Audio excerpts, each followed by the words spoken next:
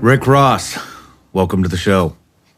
Nice to be here, Sean. It's a pleasure to have you. Thank you. So I've been looking into taking a peek into secret societies and cults and kind of stuff like this. And you came across our radar, and it sounds like you are the expert in cults and kind of deprogramming people out of these things. And I'm just really fascinated in the subject. And this is the first interview that I'm diving into this subject. And I'm really happy you're here. I'm excited about this one. It's a heck of a subject. Yeah. Well, I'm going to kick it off with an introduction. Okay. So, Rick Allen Ross, you are a globally recognized expert on the inner workings of destructive cults, controversial groups, as well as subversive movements. You have been qualified, accepted, and testified as a court expert in 13 states, including the United States Federal Court. Since 1982, you've been studying, researching, and responding to problems often posed by controversial authoritarian groups and movements. You've intervened in more than 500 deprogramming cases in various countries. You were the only deprogrammer to work with members of the Branch Davidsons prior to the Waco siege. You've been called upon as an expert resource by law enforcement, including the BATF, FBI, and United States Justice Department. You also have been a guest lecturer at many universities, including Penn, Carnegie Mellon, and the University of Chicago. You are the executive director of the Cult Education Institute, author of the book Cults Inside Out: How People Get In and Can Get Out. Your reputation has led you to becoming a paid consultant for CBS, CBC, and Nippon of Japan television networks, as well as retained a technical consultant for both Miramax and Disney Film Studios. GQ magazine identified you as America's leading cult expert, and Britain's FHM magazine named you America's #1 cult buster. You previously worked as an expert consultant for Ubisoft in the creation of the very popular video game Far Cry 5. Quite the intro. Thank you. Very interesting career. I am curious, what got you so interested in cults? You know, my grandmother was really like my best friend. And when she was 82 and she was living in a nursing home, a bizarre kind of radical religious group infiltrated the paid staff of the nursing home to target the elderly. And my grandmother was confronted. And she told me about it. She was very upset that this woman who was a paid aide on the staff had tried to recruit her into this religious organization. And I became an activist. I became an anti-cult activist, community organizer back in the early 80s. And it grew out of my concern that groups were targeting the elderly. And then I would later find out targeting prisoners, literally a captive audience, and also going after minor children without parental notification or consent. So what began for me as a personal interest because of my grandmother grew into a life's work. And here I am 40-some years later. But it all started with my grandmother. What was the cult that was after your grandma? It was a fringe group that targeted Jews. My grandmother lived in a Jewish nursing home. And this group felt that it was their mission to convert Jews to their group, which they identified as supposedly Hebrew Christians. But in fact, the leader was an ordained Pentecostal minister, and the group was called the Jewish Voice Broadcast. I think they still exist, though under different leaders. At the time my grandmother was confronted, the leader was a man by the name of Lewis Kaplan, who had been raised as a Jew but had converted to Pentecostalism, and he felt that it was his mission to convert other Jews. And I have no problem, Sean, with people preaching what they believe. I may not agree with it. That's fine. My issue is, do not covertly enter into a nursing home staff with a hidden agenda. If you want to share your faith with people in the nursing home, come in the front door and say, hey, I'm going to do a Bible study. Would you post this on your bulletin board? And maybe some of your residents would like to participate. That I have no problem with. What I have a problem with is deceptive, covert type of activities like the one that I dealt with my grandmother. It's sneaky. It's very sneaky. It's sneaky. And we'll get into that. A couple of things I have to knock out before we get too into the weeds, and I can't wait to do that. But I have a subscription account on Patreon. They are our top supporters, always have been. And they're the reason I get to do this, and that you get to be here as well. And so I offer them the opportunity to ask each guest a question. And so this one came in from Brandon White, and he wants to know, how can individuals protect themselves and their loved ones from falling victim to these groups? We're going to get into that a little bit later. So I'm going to change the question just a little bit because we are going to cover this. What are a few things what are just a couple of quick identifiers for somebody who might think that they're being recruited by a cult? What are some quick identifiers? Well, if you get involved with a group and the group is obsessed with a leader, and that leader has no accountability, and that leader seems to be an object of worship, that would be a red flag. Another red flag would be, is this group, do they encourage people to become socially isolated? That is, when you become involved with the group, they're kind of dissing your old friends and your family, and they're encouraging you to make your life totally within this new social environment.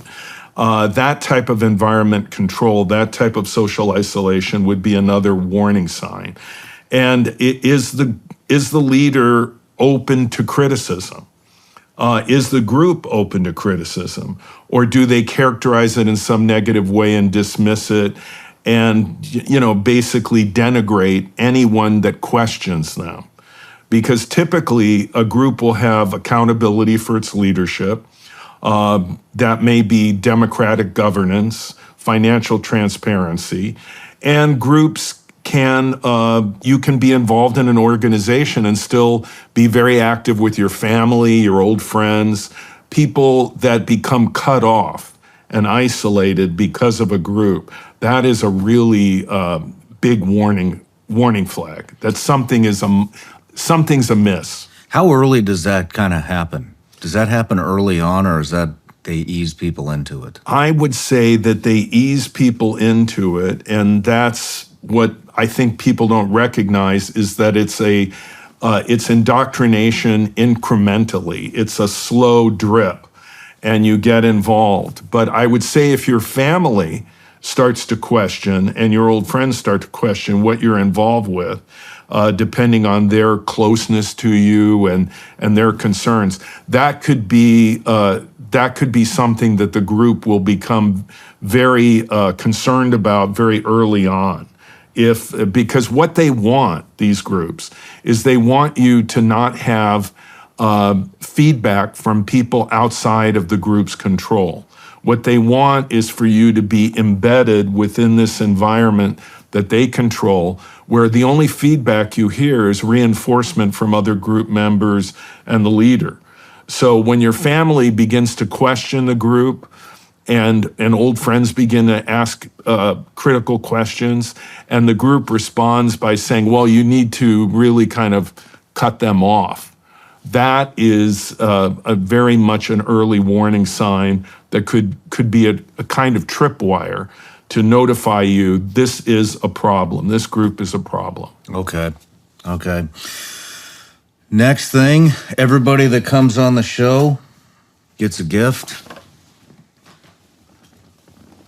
Thank you. You're welcome. I don't know. You got any guesses? Well, gummy bears. Those are Vigilance League gummy bears. All right. Made right here in the USA, legal in all 50 states. Fortunately, or maybe unfortunately for you, I don't know. Yeah, let's get on with it. So, I have one of the gentlemen on my team. He actually edits all of the episodes, all the show stuff. Grew up in the Jehovah Witness community, and he is what he likes to say, escaped that community. He calls it a cult. And, some of the stuff that he has to say about what he's been through and kind of our discussion on the way here from your hotel, I was telling you, his family has totally abandoned him. He doesn't talk to, it's just, there's so many things that are fascinating to me about what they go through. And you had kind of mentioned that they have kind of moved away from the cult. I don't know what from the cult. It sounds like they're not as much of a cult as they used to be. Am I correct? Sean, look, the Jehovah's Witnesses have been around for over 100 years. So what you see with some groups that began as cults, which in my opinion, Jehovah's Witnesses began as a personality cult.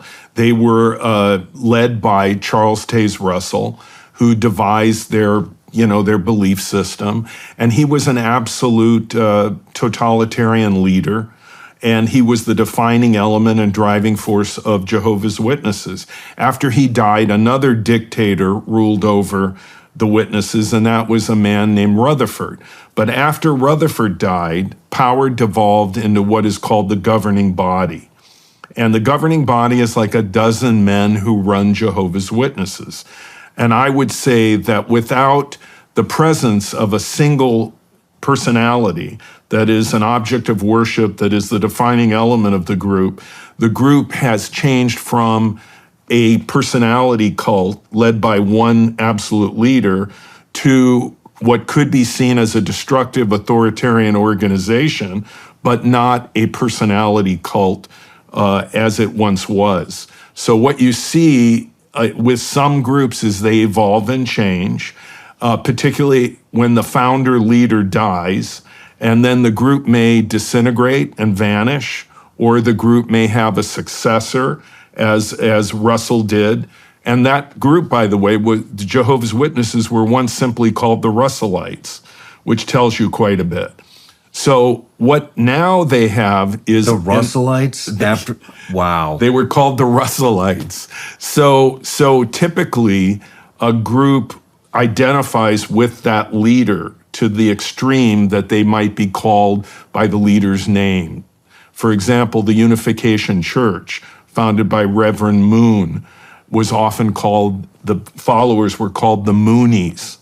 And that was because of how strong their identification was with Reverend Moon, who was an object of worship.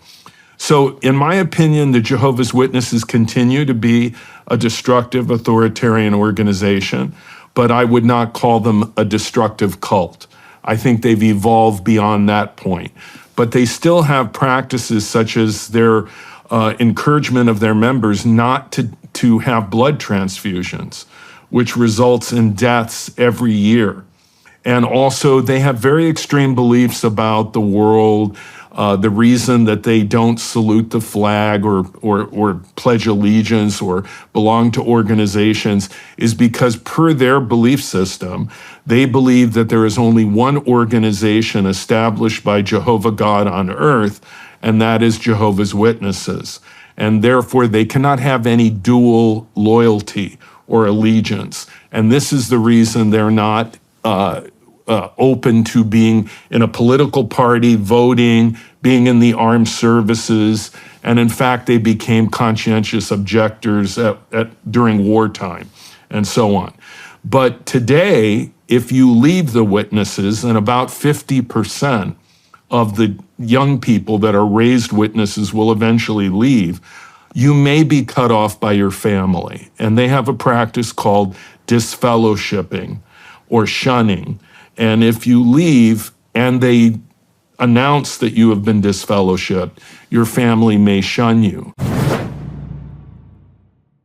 1 in 5 of us has learn a new language on our bucket list. Not sure what's up with the other 4, but if you're that one, make this your year to finally learn a new language with Babbel. Wasting hundreds of dollars on private tutors is the old school way of learning a new language. Babbel's 10-minute lessons are quick and handcrafted by over 200 language experts, ready to get you talking your new language in 3 weeks. Because talking is the key to really knowing any language, many of you know I recently traveled to Austria for an interview. Babbel was perfect for learning basic phrases and words I needed to get around. Getting up to speed fast made my trip stress-free, and I'll be using Babbel's speech recognition technology to help perfect my pronunciation and accent for the next one. Here's a special limited time deal for our listeners. Right now, get up to 60% off Babbel subscriptions, but only for our listeners at babbel.com/SRS. Get up to 60% off babbel.com/SRS, spelled BABBEL.com/SRS. Rules and restrictions may apply. Visit babbel.com for terms and details.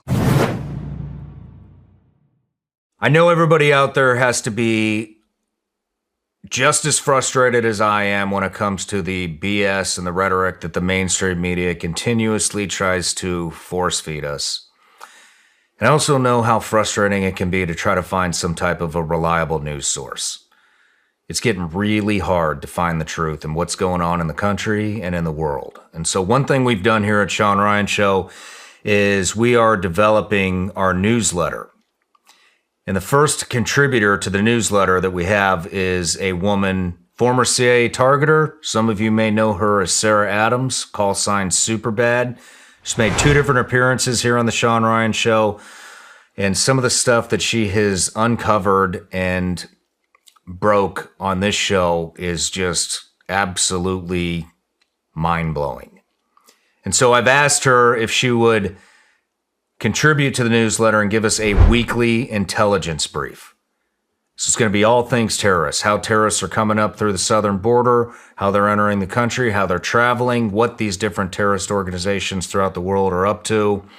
And here's the best part, the newsletter is actually free. We're not going to spam you. It's about 1 newsletter a week, maybe 2 if we release 2 shows. The only other thing that's going to be in there besides the intel brief is if we have a new product or something like that.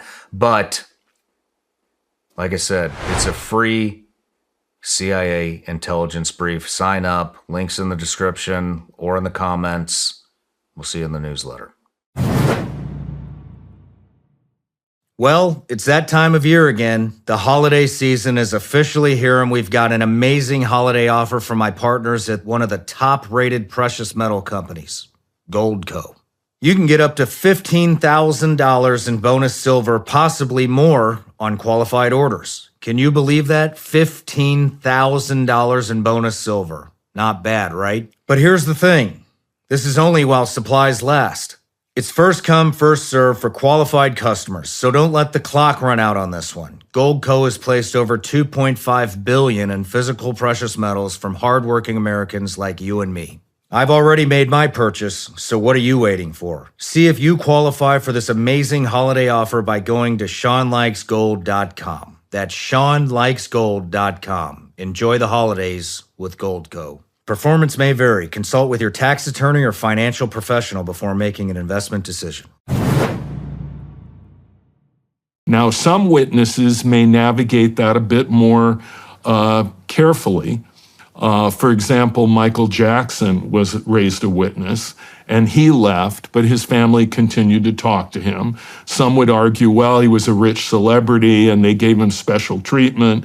But on the other hand, I think he did what was called disassociation. So there was a little bit more of a nuanced departure for him. and he wasn't cut off by his family. So I think it's possible to navigate out of the witnesses without that, but many, many people are shunned and disfellowshipped, and they go through an enormous amount of pain and suffering. And I have testified in court many times about the witnesses in custody cases, and in one wrongful death case, the Coughlin case, which we talked about on the way over. And, what happens is, let's say there's a couple and they're both witnesses, but one leaves, divorce, and then custody battle over the minor children. And it can get very intense, where the children really get caught in this war or struggle, because the witnesses feel that, they can't celebrate birthdays, they can't celebrate Christmas, they don't acknowledge holidays. Only the Watchtower Bible and Tract Society and Jehovah's Witnesses is what they celebrate or adhere to or whatever. So the end result is that the child is in the middle and the parents are fighting, and the witness parent wants to raise the child as a witness. And frequently what happens is they will, if they have custody, turn that child against the non-witness parent. This is happening to my editor right now. Right, he has a son, and you're describing this perfectly. It's almost like there's a textbook out there or something on how to do it. They've lied to the kid. They've turned him completely against him. His family has disowned him. It's really sad to see it happen. Well, I've testified in these custody cases, and in most of the cases that I've testified in, of course, I am working for the parent who is not a witness. One case, for example, that I worked on, the father had become a witness, even though he wasn't one when he married his wife and they had their children, and it became a source of friction. And the end result was that the wife divorced him, and I testified about how the witnesses and their beliefs would impact the children and how it would affect them. For example, they couldn't be a Boy Scout or a Girl Scout. They couldn't be in Little League. They couldn't celebrate holidays. They couldn't go to a Christmas party, and so on. So the mother ended up with primary custody, and the father had visitation. And his visitation was prescribed in the sense that he could not take the children and indoctrinate them in the witnesses, and he could not go with them, for example, door to door, as witnesses do, handing out tracts and trying to recruit people. Because the witnesses, unlike most religions, are intolerant of other religious beliefs in a way that is very extreme, that creates an impossibility of compromise. Whereas most parents could work that out, it's very difficult for the parent who is not a witness to work it out with a witness parent. And so I've seen a number of divorces, child custody battles over situations like that. And also the courts have had to intervene to get a child life-sustaining blood transfusions because a parent who's a witness believes that by getting a blood transfusion for their child, they have committed a horrible wrong. And they're encouraged by the leaders in their church, their kingdom hall, the elders, not to do that. And so the courts have had to intervene at times and order that a child does receive a blood transfusion. And I guess the premise for that would be that the child has a right to life. The parents have a right to believe as they wish to believe, and as adults to refuse a blood transfusion. But they do not have the right to make that choice for their child, who has a right to live. And so the courts have intervened in a number of cases like that. So there have been a number of things that have occurred like that. And also the witnesses have had a problem similar to the Catholic Church in regards to sexual abuse of minor children within the witnesses. And that is their refusal to go to the authorities to have people arrested, and instead to kind of keep it within the witness community. And that has caused a lot of people who have suffered from abuse to feel that they were betrayed by the leadership of the witnesses. That seems to be a commonality in a lot of these cultish and cult type organizations. What is the, why do they, I mean, when they recruit somebody into a cult,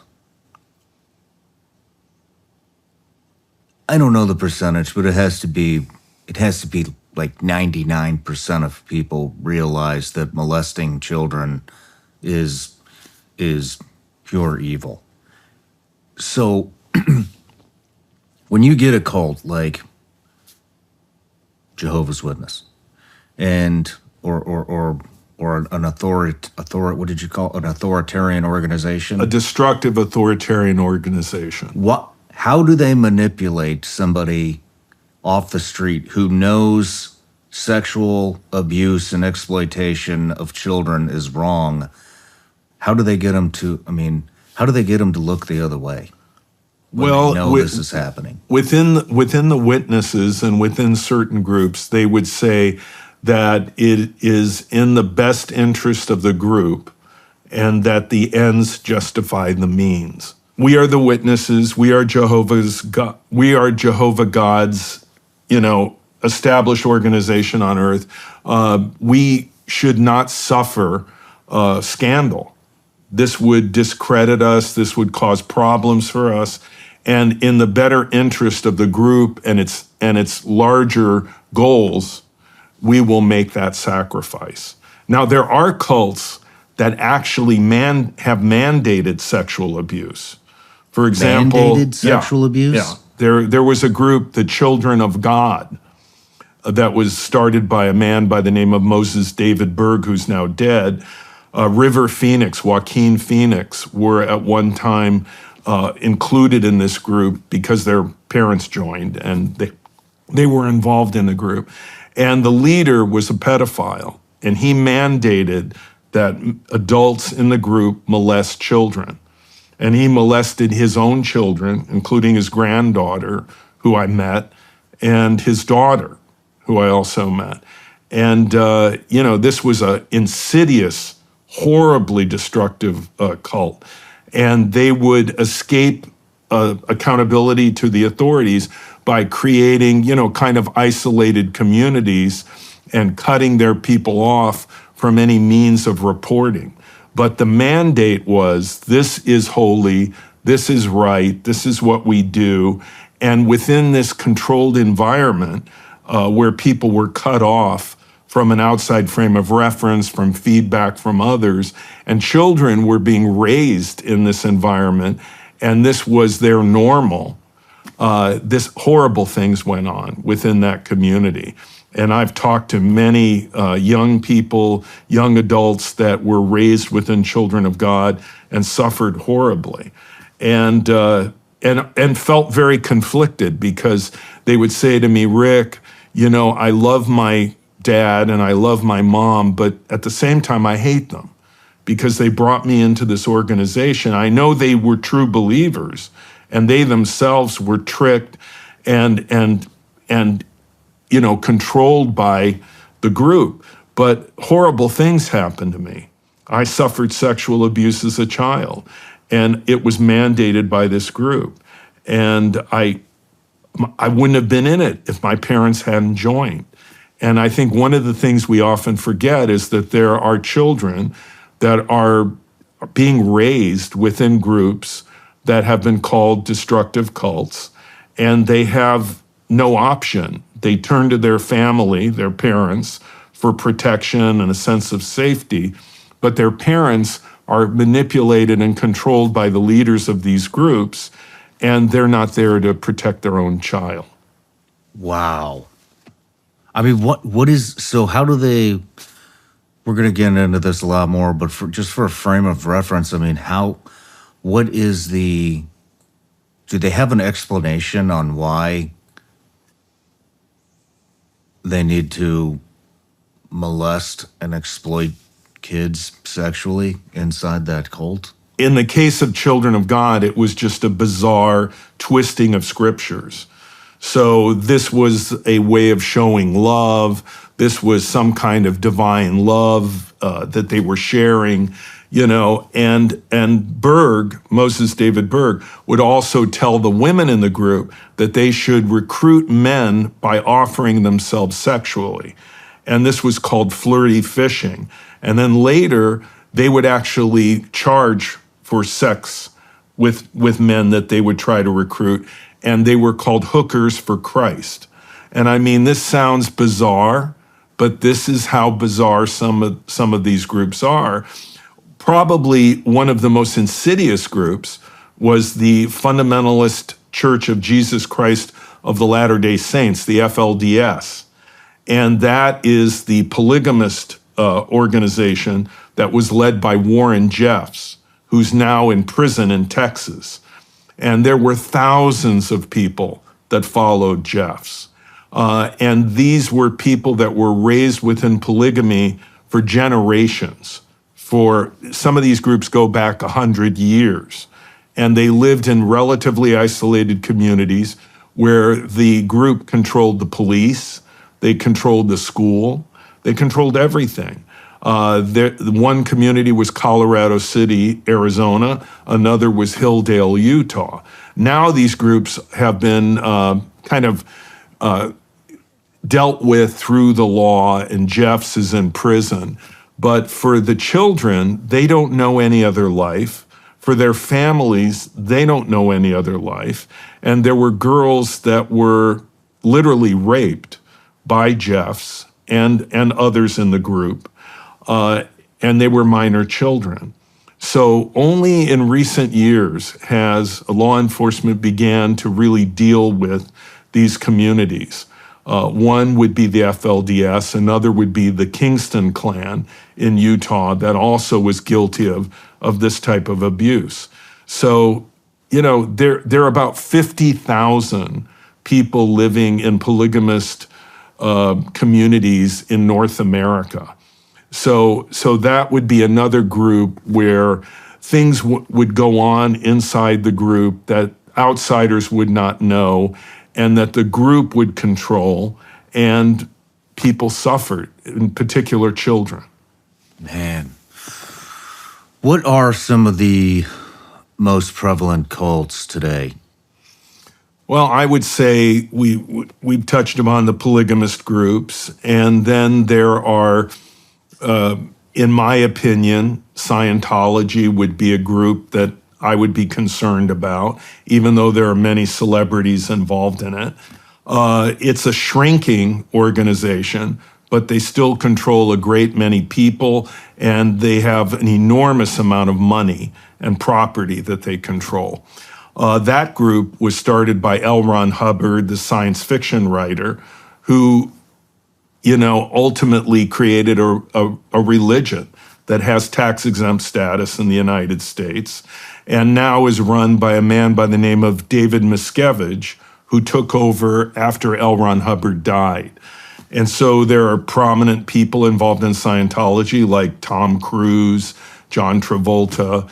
Interestingly, I had always thought over the years that if a celebrity that was in Scientology left and turned on them, that could be where celebrity recruitment, which often helped them, could be a two-edged sword that cut both ways. Mm-hmm. And that happened when Leah Remini, the sitcom star, left Scientology and started to speak out against them. And she has accomplished an enormous amount of good, basically explaining what's going on inside Scientology and how it affected her. And she was raised by Scientology parents to be a Scientologist. So that is an organization that that I look at quite a bit and get quite a few complaints about. And I would say that most of these groups are relatively small. They might have a few hundred followers. Some of them have a few thousand. Scientology might have 25 to 50,000 people involved at this point, though they claim to have many more people than that.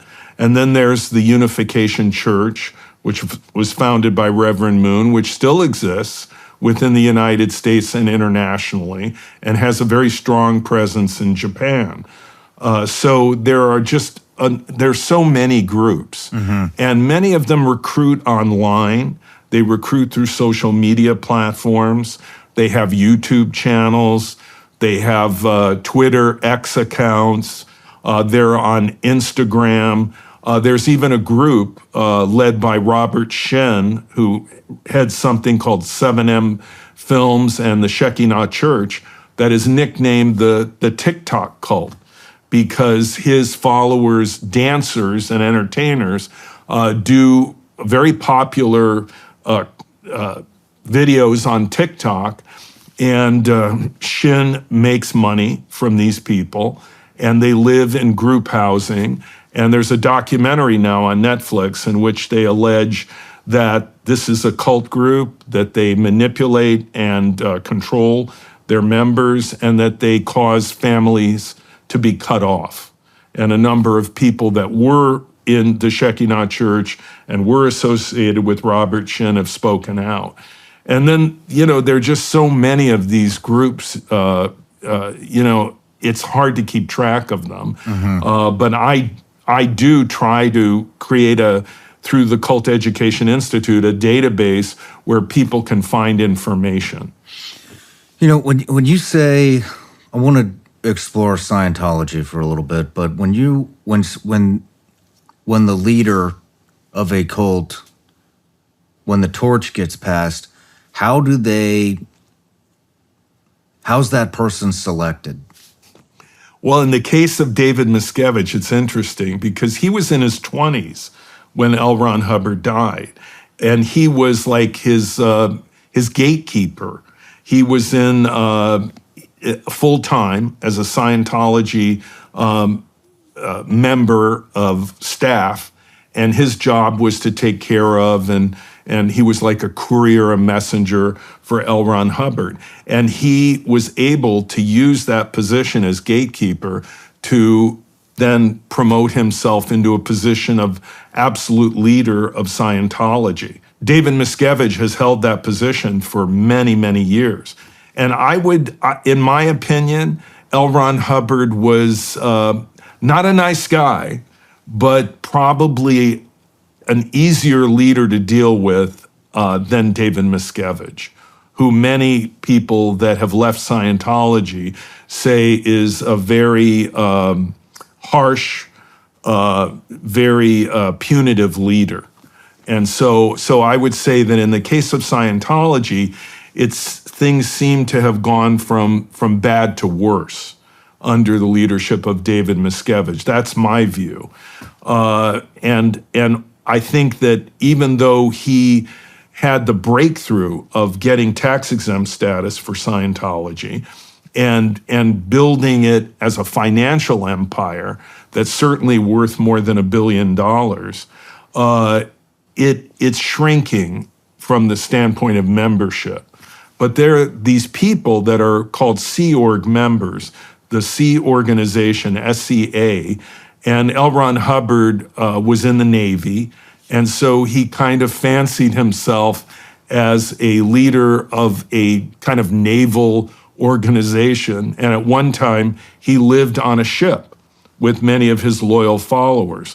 So what evolved is this organization of staff called the Sea Organization, and there are thousands of them, and they staff various facilities for Scientology, and their entire lives are controlled, monitored by Scientology.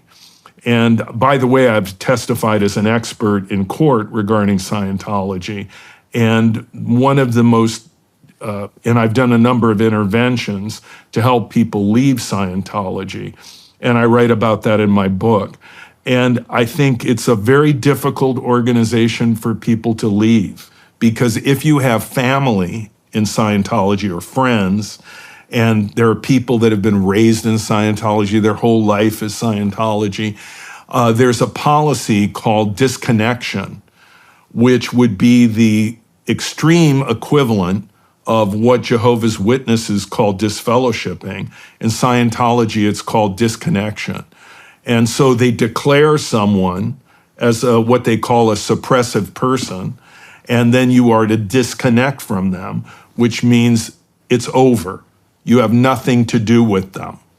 And it's rumored that this is the reason that Nicole Kidman's adopted children, Connor and Isabella Cruz, have very little to do with her, because they were raised in Scientology. And it's also been said that the reason that Katie Holmes left her marriage with Tom Cruise was because of Scientology, and that he has very little to do with his daughter Suri because of Scientology. So what is the basis of Scientology? What do they believe? Scientology is really kind of a self-help organization, or that's how they sell themselves. So they have courses, they have curriculum, and you go through these ascending levels. First, you reach what they call clear, and then there are 8 different levels above clear. They call them operating Thetan level 1, 2, all the way to 8, OT8. Tom Cruise, I think, is an OT7. John Travolta, an OT7. Jenna Elfman, I think, also an OT7. Danny Masterson, by the way, was very much involved in Scientology. And the women that he raped said that because they were Scientologists, this abuse did not come out for a number of years. And of course, eventually he was convicted. Now he's in prison. So what Scientologists do is they go through what's called auditing, which is also referred to as a kind of spiritual counseling.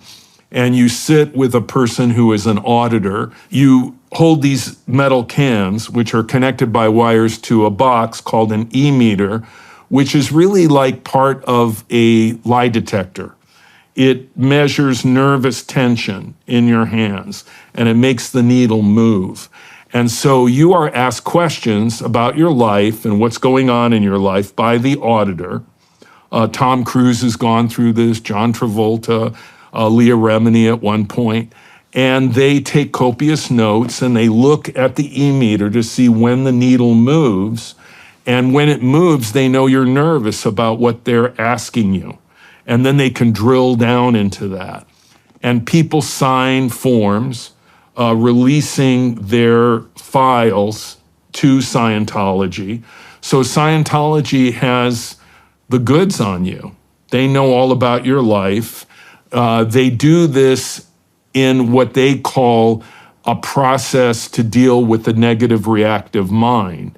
That is to help you. It's all done under the idea that this is to help you become a better person, to realize your full potential.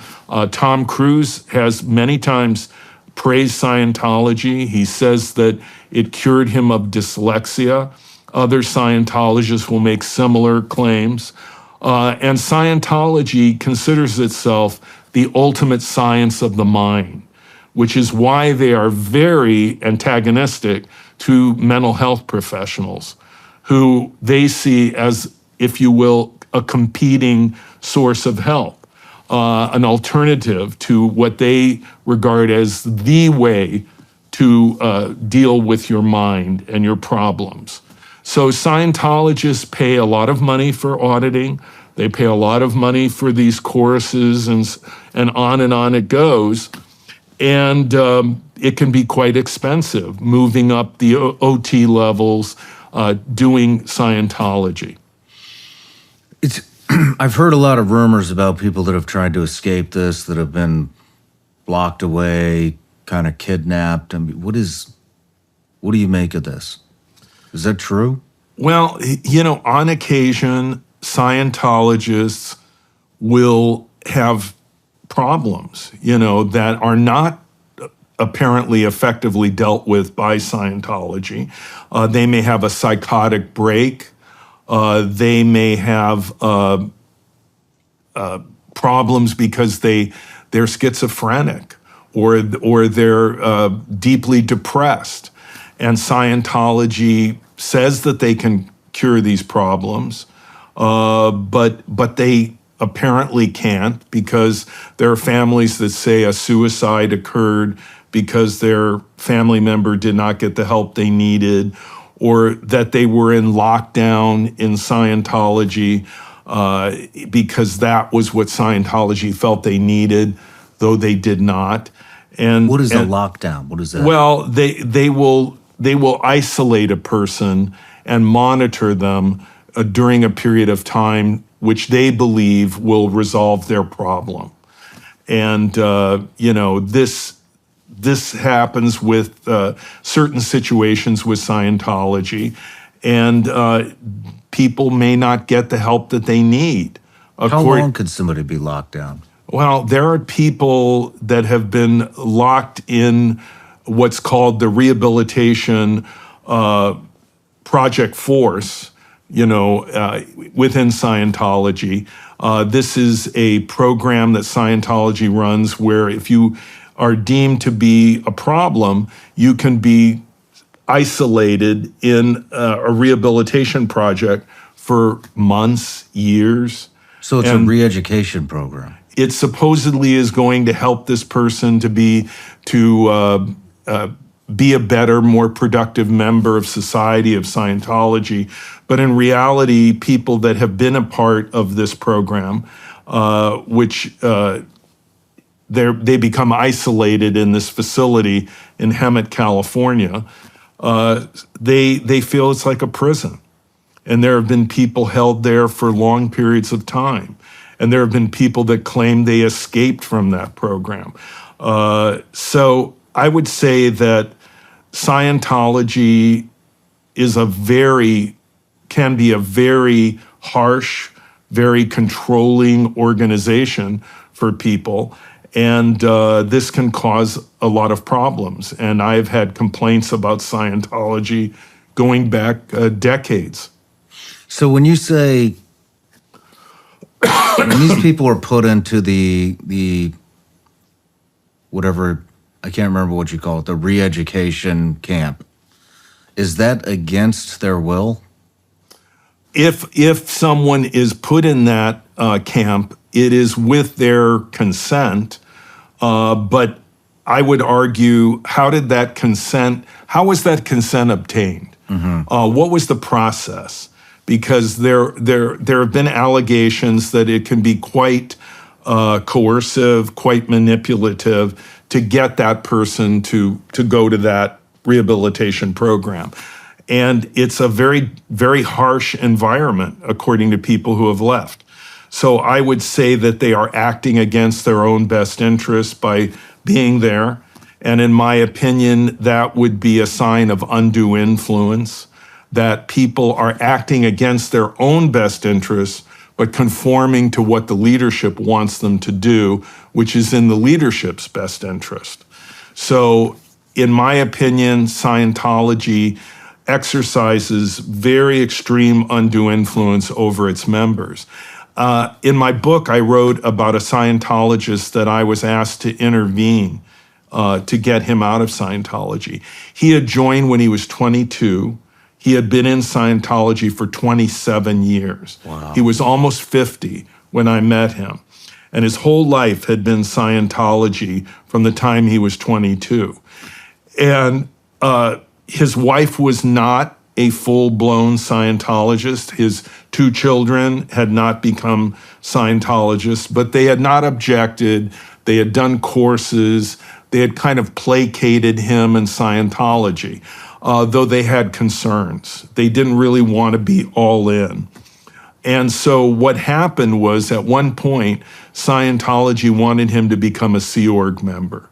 They wanted him to go to a Scientology facility, live there, become full-time, and leave his family, and divorce his wife.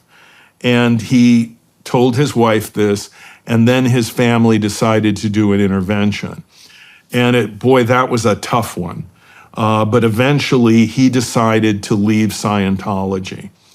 And I think the point of that he kind of had an epiphany that opened his mind to the possibility that Scientology wasn't quite what he thought was when we talked about what's called the purification rundown. And this is a drug treatment, kind of all toxin out of your body treatment that Scientology does, which is a process of saunas, ingesting vegetable oil, large doses of niacin, and supposedly they can leach the toxins out of your body. And this is premised on the belief that was posited by L. Ron Hubbard, the creator of Scientology, that if you use drugs, if, for example, you once used LSD, or you once used some type of prescribed drug that was not good, such as Scientology would say that any psychiatric prescribed drug is a negative thing. So Scientology believes that that drug is in the fatty tissues of your body indefinitely, and that only through the purification rundown can it be extracted. And that if it isn't extracted, you're at risk because at any time that might be released into your blood, and then you would hallucinate, you would have a problem functioning. And so Scientology charges money to do the purification rundown, and people go through this. And when I was working with this man who had been in Scientology for 27 years, I said to him, you know that medical science has proven that drugs do not reside in your fatty tissue indefinitely, and a drug test will show the presence of drugs for only a certain period of time, that they flow out of the body, and they're no longer there.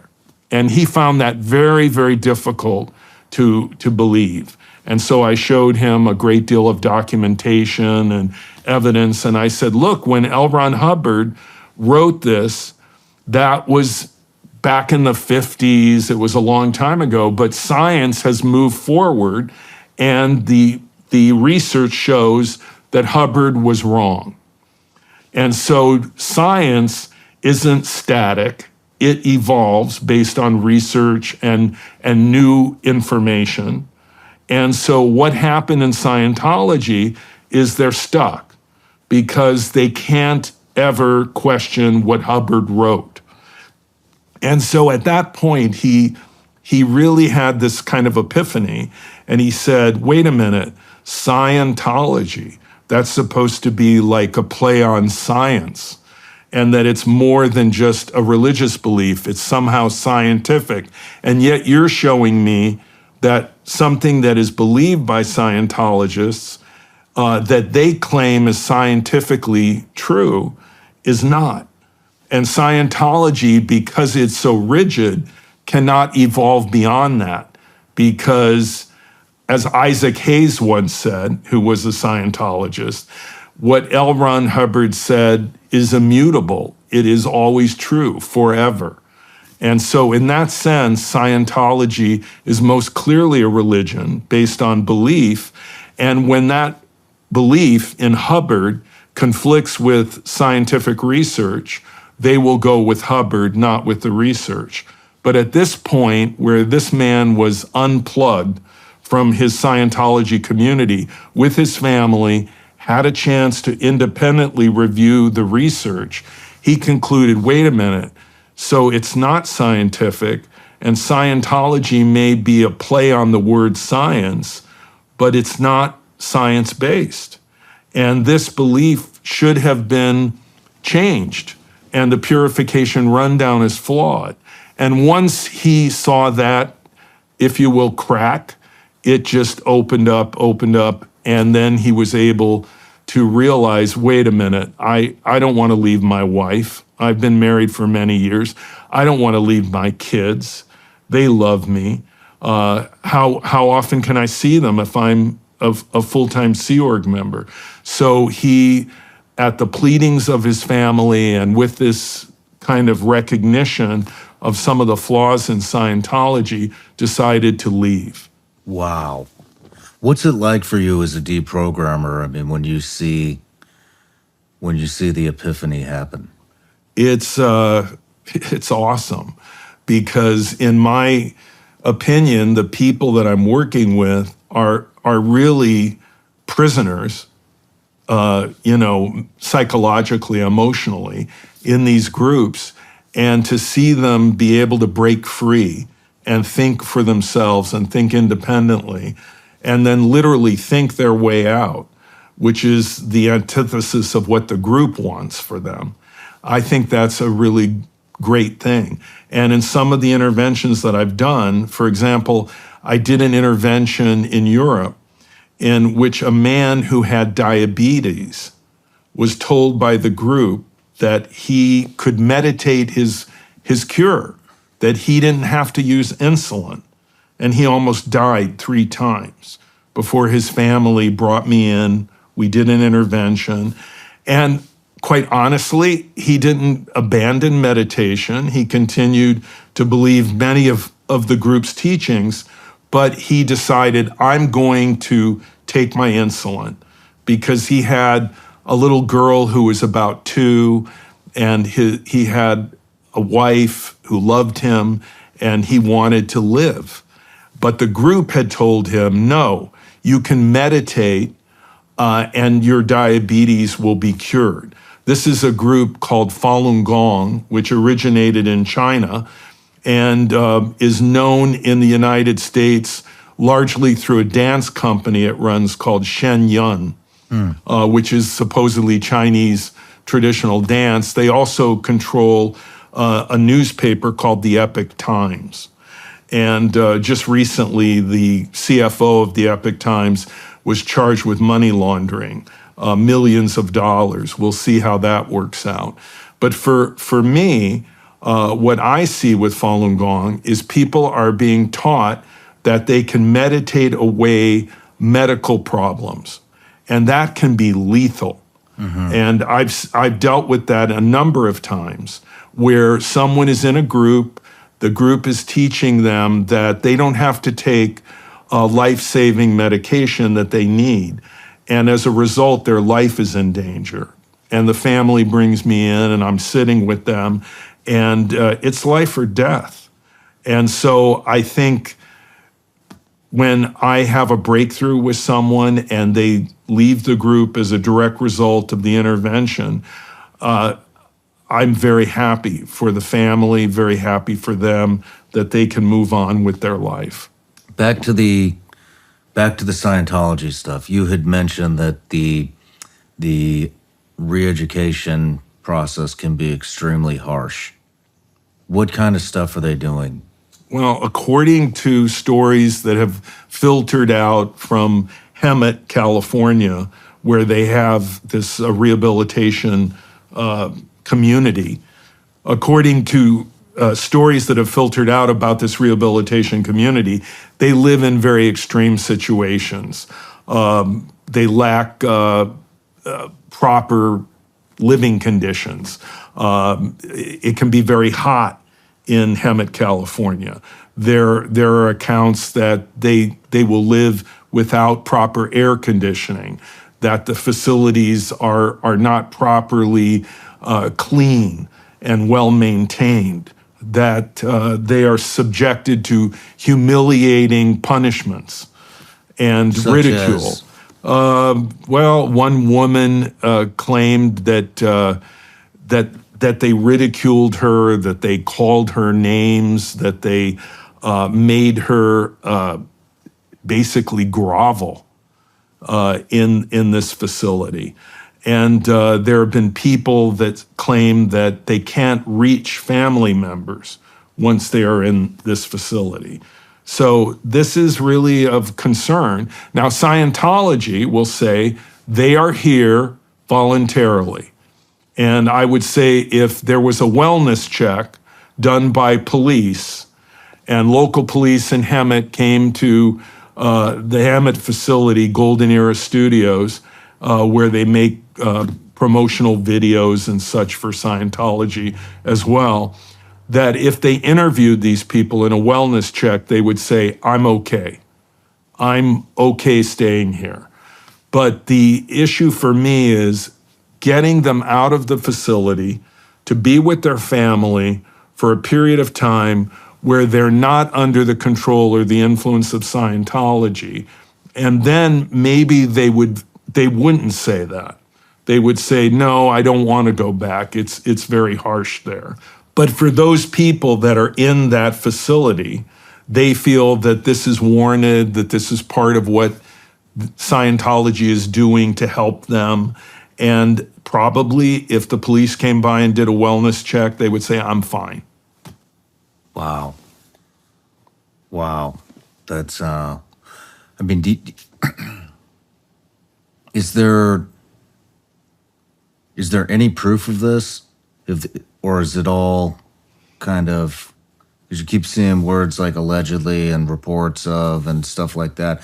Has there ever been a wellness check by police or a federal law enforcement agency on this?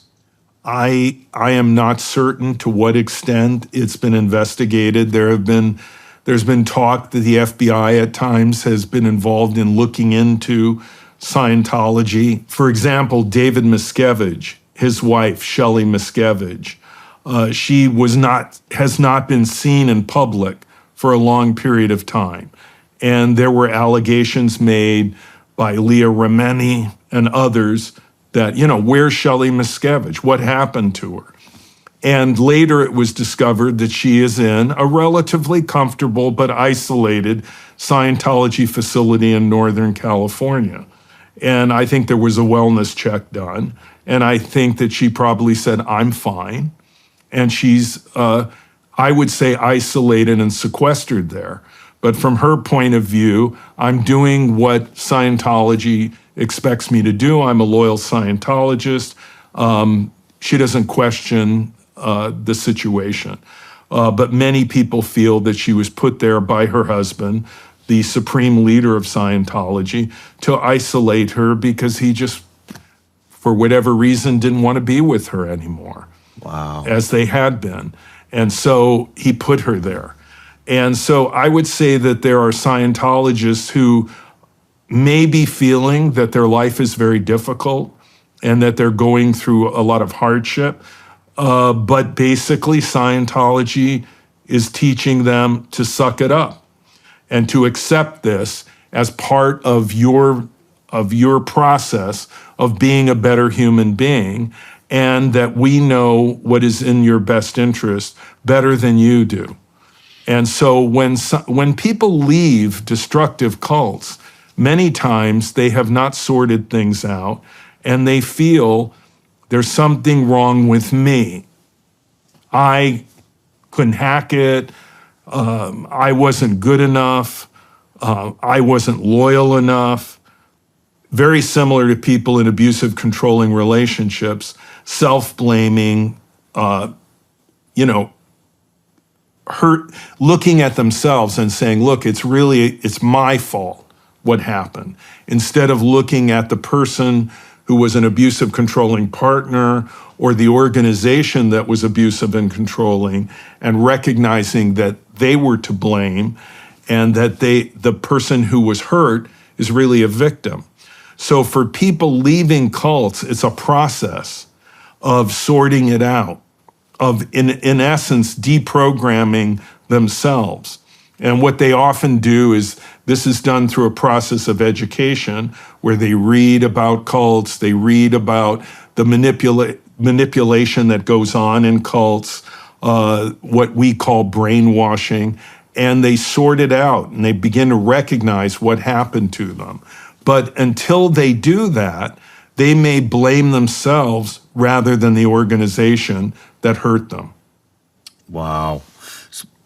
Speaking of the brainwashing stuff, how does the thought reform or brainwashing, how do they start that process? Can we just go through the whole thing? There have been books and research done about the process of manipulation that is orchestrated, mandated systematically within cult groups. For example, the book Coercive Persuasion by Edgar Schein, a psychologist, a professor at MIT, and the books Thought Reform and the Psychology of Totalism by the psychiatrist Robert J. Lifton, who taught at Harvard. And so these books inform, in large part, our understanding. Another excellent book is Influence by Robert Cialdini, which explores the basic structure of influence, the 6 principles, as he would identify them. So by understanding this research, this body of research, we can better understand what happens to people in destructive cults. Schein would say there are 3 stages of coercive persuasion. First, you break people down. Then, when they are broken down, you then provide the means and the process of change that you want. And they become changed. You manipulate them in that diminished, broken state to be changed. And then after that, you refreeze them in that changed state, which is accomplished in large part by social isolation, peer reinforcement, and so on. So what happens to people in a group, like I'll give you an example. Synanon was a drug rehab community that then became a destructive cult founded by Charles Diedrich in California. And they came up with what is called attack therapy, or the hot seat. So they would take a member of the community, put them in the center of a circle of people, and those people would bombard them with everything that was wrong with them, everything they needed to look at, to change. And so they would break them down. And then, once they were broken, and groups have various processes by which they break people down, then you are open to change because you feel, I'm broken. I am desperate for answers. Help me. So you're in distress. And then the group offers you the program, the means by which you can address your broken state and make yourself whole. And then subsequently, you become part of this kind of subculture or community of like-minded people who reinforce that changed state of being and keep you in that state of change, in that program. And so Lifton then has 8 criteria, which he lists to recognize a thought reform program. For example, what he calls milieu control, or control of the environment, or what he would call the cult of confession. That is, in my view, what Scientology is doing in auditing. That is, get people to empty themselves with virtually no boundaries so that you know all their weaknesses, all their vulnerabilities, which you can then exploit. And then the group has what Lifton calls a sacred science, which is what we believe is absolute, and you cannot question it. If you do, you are unscientific, you are ungodly, you are demonic, whatever. But the group holds out its belief system as absolute without being able to question anything. And then there's the demand for purity, which Lifton describes as a kind of black and white world, no shades of gray, where you are forced to either be the good and the pure or recognize that what you believe or what you think is impure and negative. So you're purging your mind and you're purging your emotions to conform with that demand for purity. And then there's what Lifton calls doctrine over person, which is basically the subordinating of everything to the sacred science of the group, so that everything you see must be seen through that lens. And you are doing this also, again, to yourself, where you feel that any doubts, any misgivings you have are impure, are negative, are wrong, and therefore need to be purged according to the doctrine. So what Lifton would say is, if these 8 criteria, and there are 8 of them, if they're evident in a group, whether they admit it or not, they're using thought reform. And what Schein would say is this process of coercive persuasion likewise can be identified. And he first studied it through the re-education programs in communist China. And so this is really kind of the seminal research that forms the foundation for our understanding of what process goes on inside cults that changes people in such a way that we from the outside look at them and we say, wow, those people are crazy. Why do they believe that stuff? But what we don't get is the process they have been put through to get where they're at, and how controlled that environment that they're in really is, to the extent that they have been, in a sense, forced to accept a new normal, which is the beliefs and the behavior within the group that we would regard as bizarre. But within that bubble that they exist in, that alternate reality, it's seen as totally normal. Wow. Wow. Fascinating stuff. Rick, let's take a quick break. And when we come back, I want to dive into NXIVM. Oh, okay. Perfect. If you're like me, health and wellness is extremely important to you. But how do you know who to trust when it comes to the supplement industry? We have all these companies. They pop up every other day. They're all selling snake oil. How do you know who to trust? Well, here's the most important question. Who wants to take the biggest, most massive shit of your entire life? Bubs is a company I've used and trusted for a long time. They make great products, have rigorous quality standards, and they are a long-time supporter of this show. And they have the recipe for the biggest shit of your entire life. I love their collagen peptides. This isn't just any collagen. It is a benchmark of trust and performance. It's crafted with integrity and backed by NSF for sports certification, giving you their assurance of its purity and potency. Bubs Collagen Peptides help support your joints, help enhance recovery, and help revitalize your hair and skin. And yes, it will help you stay regular. Bubs was founded in honor of Navy SEAL Glenn Bub Doherty, and every product supports veterans, with 10% of all profits going to help military men and women transition back into civilian life. And now for the recipe for the biggest and best shit of your entire life. Bubs Collagen Peptides mixed with Bubs Apple Cider Vinegar Gummies, and you have a recipe for success every day. Bubs Collagen Peptides, Bubs Apple Cider Vinegar Gummies. Ready to upgrade your life? Visit bubsnaturals.com today and use promo code Sean for 20% off your order. bubsnaturals.com/Sean.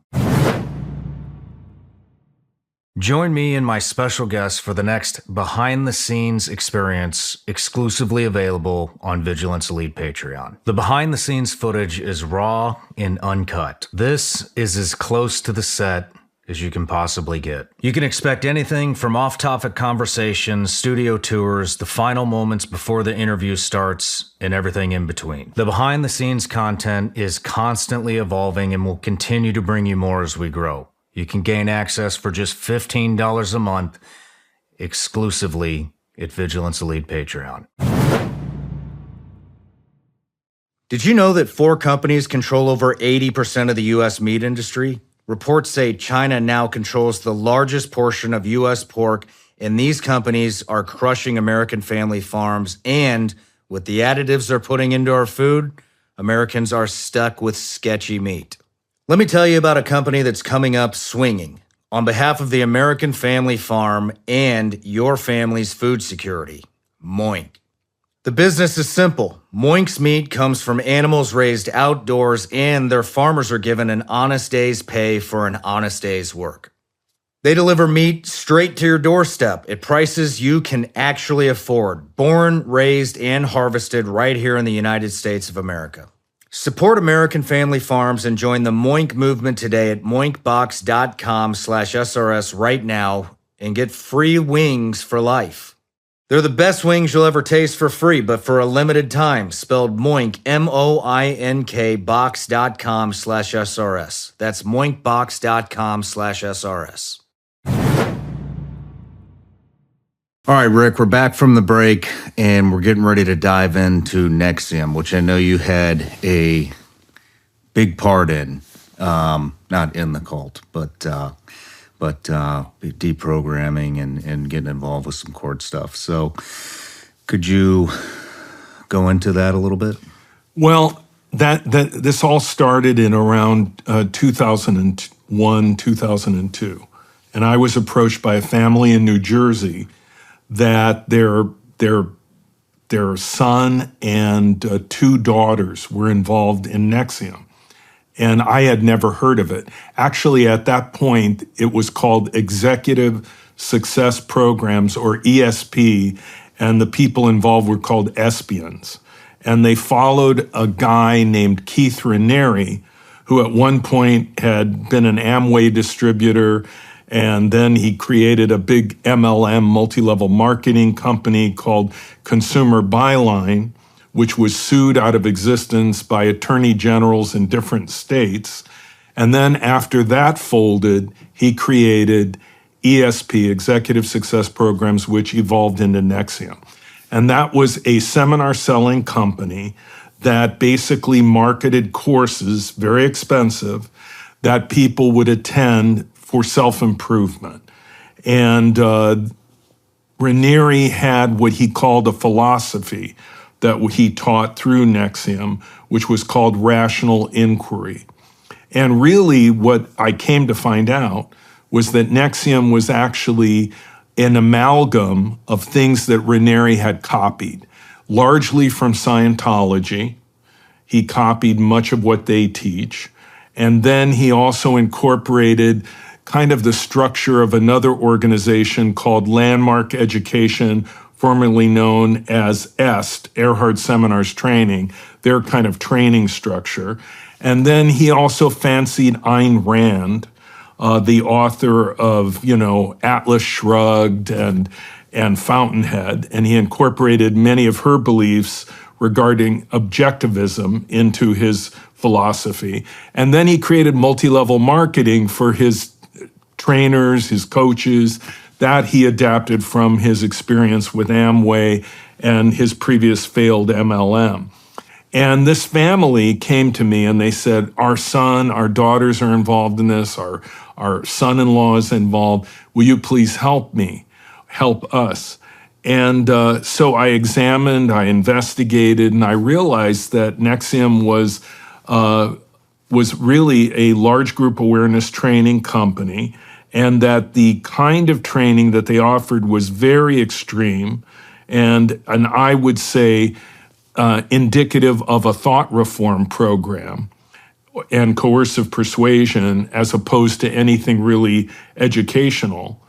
And that is that the ultimate goal, in my opinion, that NXIVM had was to create people who would be deployable agents for NXIVM, that they would do whatever Keith Raniere wanted, give him all their money, work long hours for very little compensation. It was all about just serving Keith Raniere and his co-founder, Nancy Salzman. They actually would call Raniere Vanguard. That was his title. And every year there would be what was called Vanguard Week, which would be the celebration of his birthday. People would bring him gifts, praise him. And Nancy Salzman was called prefect. So they ruled over this community, which eventually would include thousands of people in the United States and Canada, in Mexico. There would be celebrities that would become involved. The actress Allison Mack from the television series Smallville. For a period of time, Catherine Oxenberg, who starred in Dynasty, the television series from the 80s. She was involved. And her then husband, Casper Van Dien, and their daughter also was involved. So this became a very large operation. And in particular, two heirs to the Seagram's liquor fortune, Sarah and Claire Bronfman, became involved. And they control hundreds of millions of dollars. And it has been reported that Raniere got approximately $100 million from the Bronfmans that was then used by him at his behest for whatever he wanted. So this went on for a number of years, and I did interventions for this family in New Jersey, getting 3 of their family members out, but one son would remain, and much to their sorrow. I think he stayed in until almost the bitter end when Keith Raniere was arrested. And what happened within NXIVM was what happens with a lot of totalitarian cults where the leader has no accountability. Raniere, like many of the cult leaders I've dealt with, in my opinion, he would fit, and many people have described him, mental health professionals, as a psychopath or a malignant narcissist. So this kind of individual just gets worse, especially in a cult environment where everyone is agreeing with him constantly and there are no checks or balances. So his behavior became more and more outrageous. He sexually exploited women in the group. And then this escalated until in the end, he created a kind of secret society, a cult within a cult that were sex slaves. And these sex slaves. And these women would be branded with a cauterizing iron, with no anesthetic, and in their pelvis would be engraved what later was understood to be his initials. And it was that was finally the tipping point. How many women were part of that? How many women are out there with his initials branded on them? The women that were branded, I'm not sure exactly how many. I think it's safe to say that there were a number of women that were branded. One would eventually, Sarah Edmondson, would allow the brand to be photographed, and it was on the front page of the New York Times. And that was the beginning of the end for Keith Raniere, who was eventually arrested for sex trafficking, racketeering, fraud, and also he was found to be in possession of child pornography. And so it was a horrible, horrible cult, but it was a process of years that this went on. And I was a witness to the escalating destructive behavior of Raniere, and how no matter how much money he had, no matter how much power he acquired, he wanted more and more and more. And it was about humiliating women, having control over women, and just plundering money from his followers. Eventually, he would be arrested by Mexican authorities in Puerto Vallarta, and then he would be brought to the border and deported, and he would stand trial in Brooklyn. And I would testify against him as a fact witness. Raniere, I was the first person to expose Raniere and talk about what he was doing. And there were 2 doctors, a psychiatrist and a psychologist, a clinical psychologist, who wrote papers that I published at the Cult Education Institute database which were a review of the process that Raniere was putting people through. And they would use Lifton's 8 criteria, Shine's 3 stages of coercive persuasion to offer an analysis of what he was really doing, which was he was breaking people down, manipulating them, indoctrinating them to become essentially his deployable agents, his slaves. And those papers became the subject and focus of a lawsuit that Raniere filed against me that would go on for 14 years in federal court in New York and New Jersey. Ultimately, the lawsuit was dismissed before he was arrested, but that's how long he continued to harass me. And he wanted me to take these papers down from being online, but I never did. And they were used by so many people that were traumatized by Keith Raniere, families, individuals that he manipulated, who eventually would leave. Some would actually go through a kind of breakdown where they would be hospitalized and then leave the group.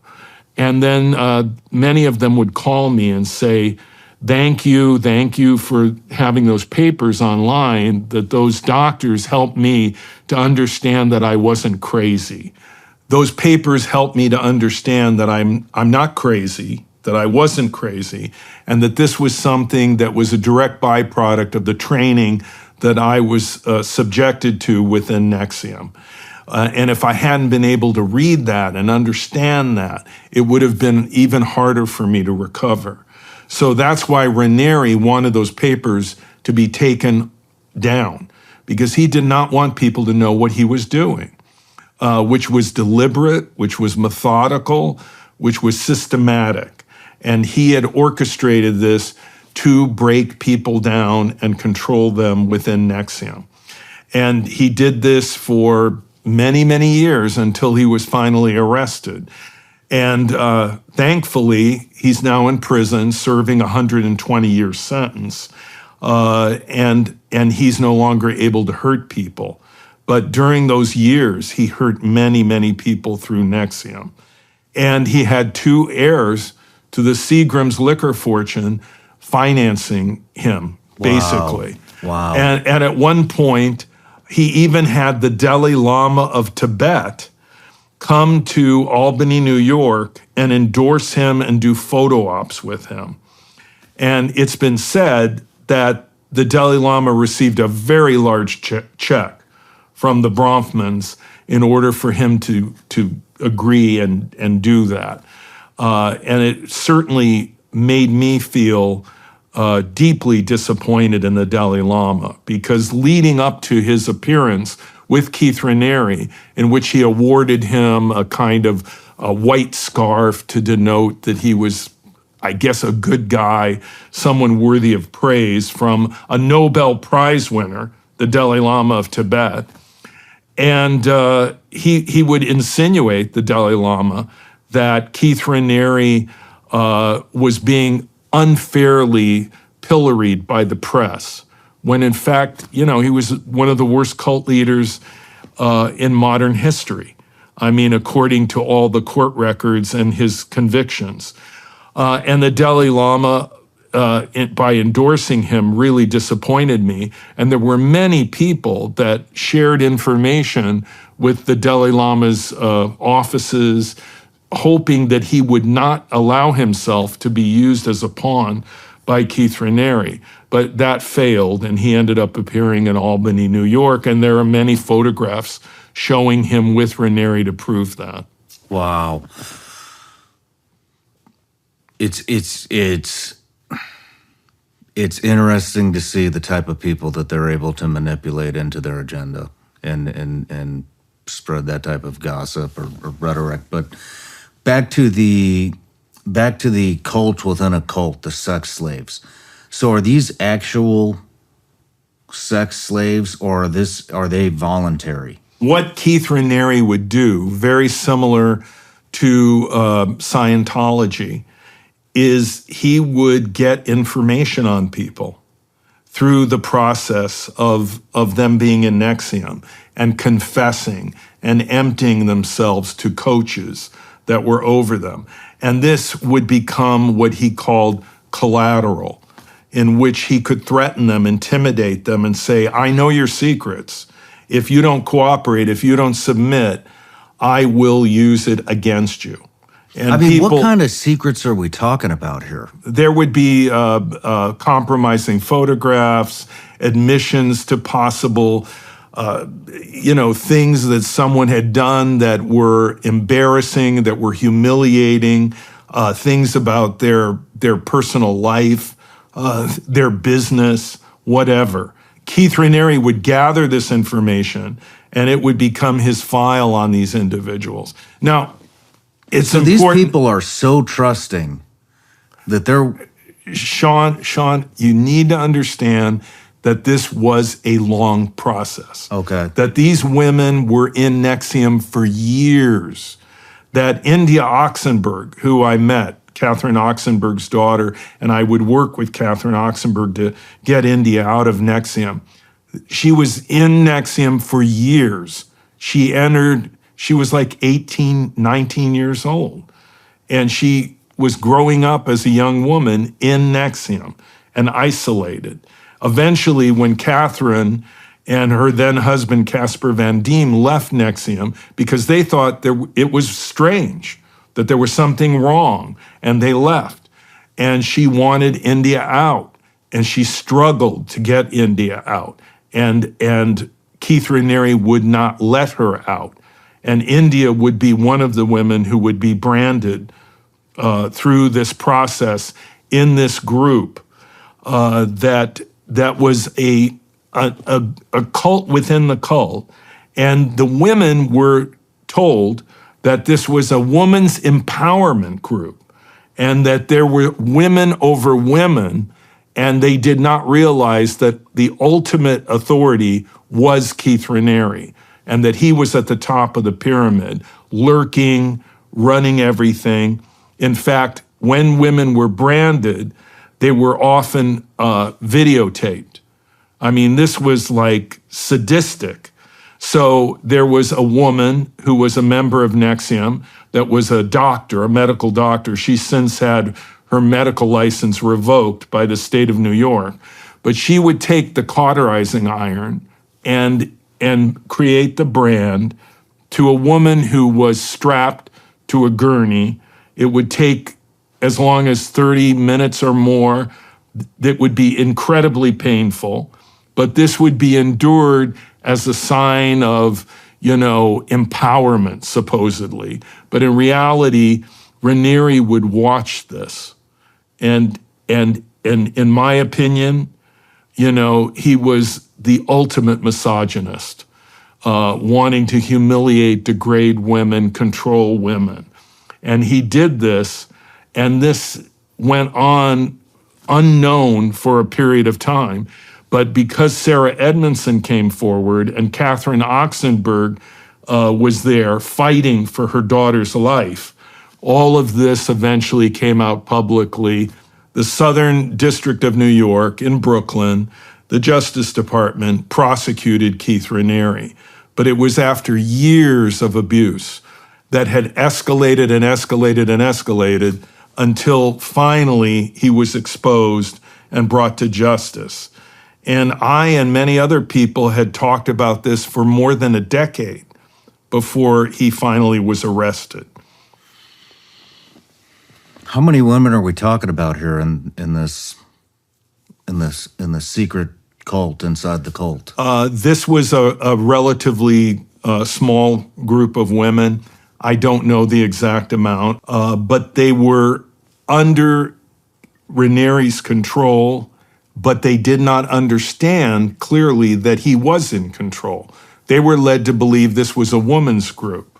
Nancy Salzman, who often would put herself out as this woman icon to be emulated, she would say, yeah, I'm about women's empowerment.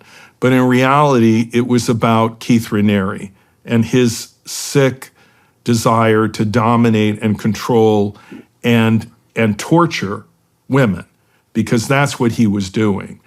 And again, no matter how much money, no matter how much power he had, he always had to have more. And that is the downfall, in my experience over the years, of cult leaders. That was the downfall of Jim Jones. That was the downfall of David Koresh. That was the downfall of Keith Raniere, of Charles Diedrich, who started Synanon. No matter how much power they had, they wanted more and more, because these are deeply disturbed individuals, psychopaths, malignant narcissists. So they keep going and going and going until finally they just go over a bridge too far and the authorities come in. What encourages me that I've seen in the United States and in other countries around the world is that cults are being held accountable. They can believe whatever they want, but they cannot do whatever they wish in the name of those beliefs. So when they cross the line into criminality, that's when the authorities become involved. And I'm seeing more prosecutions of criminal cult leaders than I've seen in the past. A number of them have been convicted criminally, sent to prison. Tony Alamo, who headed Alamo Ministries in Arkansas, who raped women, who raped children, eventually was brought to justice and put in prison where he died. So there are a number of groups that have had to face the criminal courts. I just recently testified in Atlanta in the trial of cult leader Eligio Bishop, who headed a group called Carbon Nation. And he would recruit people online through Facebook, through Twitter, X. He would have videos on YouTube, and it was all done online. And he would create a compound through an Airbnb that he would run online. And then he would bring people to, at one point, Costa Rica, Mexico, then Panama. Subsequently, those countries deported him. They told him, "You are not welcome here. We don't want you here." He eventually ended up back in Atlanta, his hometown, where he was prosecuted for unlawful imprisonment and rape. And I testified at his trial. And my role in my testimony was to help the jury understand how this went on for so long, and the women that were being brutalized and horribly mistreated did not come forward. The jury needed to get their head around that these women felt that what was going on was either their fault or nothing was wrong, because that was the environment that they were embedded within, that Bishop controlled. And Bishop in court, of course, said, "Oh, I'm not guilty of anything. These women had consensual sex with me." No, they did not. He used coercive persuasion, thought reform techniques, and force to take advantage of and exploit those women. And now he's doing life in prison without parole. What kind of thought reform techniques would he use? What Bishop uses and what Raniere used and what all cult leaders use is control of the environment, what Lifton calls milieu control. Then they hold out their program as a sacred science that cannot be questioned. Then they use a kind of cult of confession to exhume and obtain information to leverage their power over people.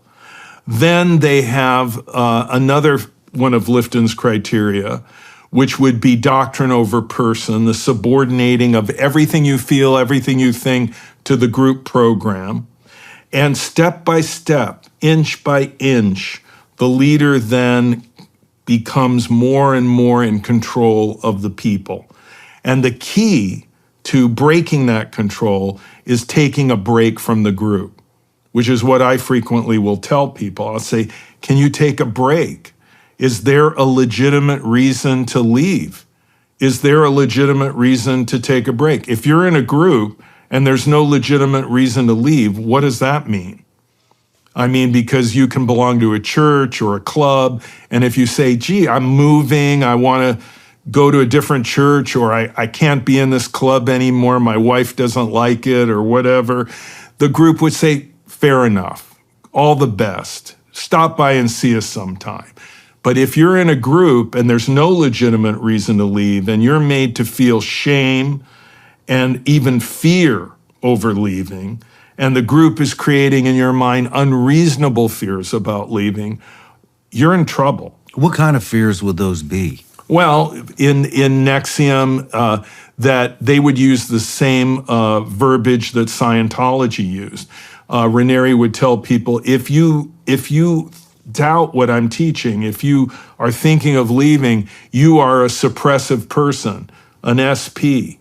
And that means you will never be a success in your life. You will fail at everything unless you can overcome that being a suppressive person. And Scientology, if it labels someone a suppressive person, that would be the reason to disconnect, if you are a Scientologist, from that person. A group that is more spiritually based can contort the Bible or a person's religious beliefs. They might say, for example, if you leave our organization, you will be damned. You will have no salvation. Salvation is predicated on belonging to our specific organized group, under our specific leader. And if you leave, there is no other church that can provide salvation for you. There is no other place that you can be protected. Our leader is your spiritual covering, your protection. And when you doubt our beliefs, when you think maybe we might not be right, that isn't even you thinking. That's Satan attacking your mind. So you have people that doubt because they see something that conflicts with their own morality, their own ethics, and they say, oh, that's not good. That must be Satan attacking my mind. And they are basically shutting down critical thinking by using techniques like this. So what we don't understand is how this happens. And let me just tell you this. I have deprogrammed 5 medical doctors. One was an orthopedic surgeon. Another was a highly accomplished anesthesiologist. This can happen to anyone given the right set of circumstances. That is, no matter how educated you are, no matter how good you think your life has been, you may come at a vulnerable point in your life, and we all have vulnerable points in our lives where things aren't going well, and have the bad luck at that point to have someone you trust, someone you know, someone who's a coworker, an old friend, a relative who says, hey, I know you're hurting, and this group that I'm involved in, this church, this organization has ways to help you. Why don't you come with me to one of our meetings? And bit by bit, step by step, the group brings you in. All the while lying, being deceptive, not disclosing what they're really all about, withholding the kind of information that you need to make a more informed decision.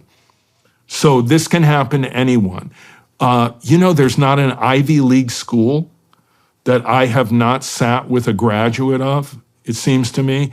One man that I worked with he was doing his residency after graduating from Yale Medical School when I met him. And I only talked to him for less than an hour, and he ran away, a medical doctor in residency, graduate of Yale Medical School. Wow. He ran away in terror from his own father and mother, who were there with his grandmother to do this intervention. Years later, he would leave the group and get in touch with me. But at that point, that Yale Medical School graduate was not able to critically think. And I also work with a man who had an MBA from Wharton, and he ended up deciding to stay in the cult. And I've worked with people that were Harvard graduates, graduates of Penn, all of the Ivy League schools, Cornell. Not long ago, I worked with a Cornell graduate who scored over 90 in the MCAT to be admitted into medical school. Very high score in the MCAT. Graduate of Cornell, would be accepted in any medical school practically in the US. And he was going to go and live in an ashram in India and give everything up. And his parents brought me in. We did an intervention. This was about a year ago, and it was successful.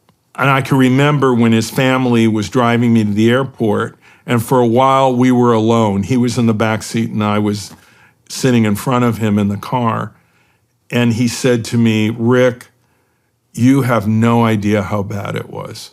And he started to cry. And he said to me, "They really had me. They really had me." And this was a straight A student that graduated with honors from Cornell. So if you think that somehow you're invincible, you're the one person that is not persuadable, that nothing can persuade you, you are not recognizing your own vulnerability to the extent that you have made yourself more vulnerable to a cult group or some person that wants to run a scam on you. Mm-hmm. And we see this with con men, multi-level marketing. I mean, look, there would be no advertising or negative political ads if people were not persuadable. So what these groups do is they create a kind of synthesis of coercive persuasion, thought reform, understood influence techniques that they knowingly use, and they focus it like a laser on someone, and they break them down, put them in a position where they're in distress, or they believe that there's no way out. And the group then says, "We have the answer." And then they change them. And so what you have are people being changed without their informed consent by these groups and being exploited and taken advantage of, which varies from group to group. So what you see, and I would say this is the nucleus for the definition of a destructive cult, that all definitions intersect these three core characteristics, which is number one, an absolute totalitarian leader that becomes an object of worship, that is the defining element and driving force of the group. And two, that leader knowingly uses thought reform and coercive persuasion to gain undue influence over his followers. And then three, that leader uses the undue influence that he possesses to exploit and do harm to his followers. And you take those three things together, and I don't care what the name of the group is and what they say they believe. It could be pseudoscience, it could be politics, it could be self-improvement, it could be some kind of religious belief. But that is simply the window dressing, the facade. Beyond that mask are those three core characteristics: the absolute totalitarian leader, the use of thought reform and coercive persuasion to gain undue influence, and ultimately that undue influence being used to take advantage of people, to exploit them, to do harm to them. And that may vary by degree from group to group, because there are some groups that are much worse than others. That doesn't mean that the group that is doing less harm is somehow benign, but we can recognize that not all groups are hunkering down for doomsday. Not all groups sexually abuse their members or physically abuse them. There are some that are worse than others. But you take those three core characteristics, the all-powerful leader, the use of thought reform and coercive persuasion, and the harm done. Because if there's no harm done, maybe the group is benign, but in my experience, power corrupts, and absolute power corrupts absolutely. And so that leader, that Keith Raniere, that Jim Jones, who has no accountability, will ultimately use that power in a destructive way. Wow. You know, it's interesting. All these cult leaders seem to go, from what you're saying, off the same playbook. Where is that playbook? Where's the model from? I think that many cult leaders were themselves at one time either in a group that was cult-like, or they read about cults, or they read about thought reform and coercive persuasion. I mean, the books are available.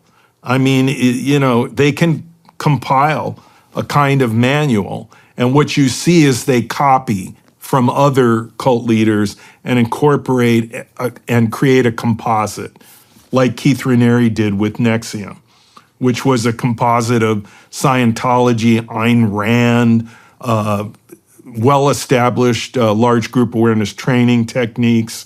So what you see over and over again with cult leaders is they don't reinvent the wheel, they just copy. Mm-hmm. And then they create a composite, and then they have their own group. The names change, but the techniques are the same. I mean, if they were in a cult and then started, would they have deprogrammed themselves? It's interesting. You can deprogram a cult member, but you cannot deprogram a cult leader. A cult leader is inherently, typically, a psychopath, a sociopath, a malignant narcissist. They were quite literally, it seems to me, born that way. I mean, Keith Raniere was terrorizing children when he was 10, according to reports and interviews. So it's almost like these people are hardwired. Okay. You cannot deprogram them. And you cannot deprogram someone, Sean, that has sincerely held beliefs.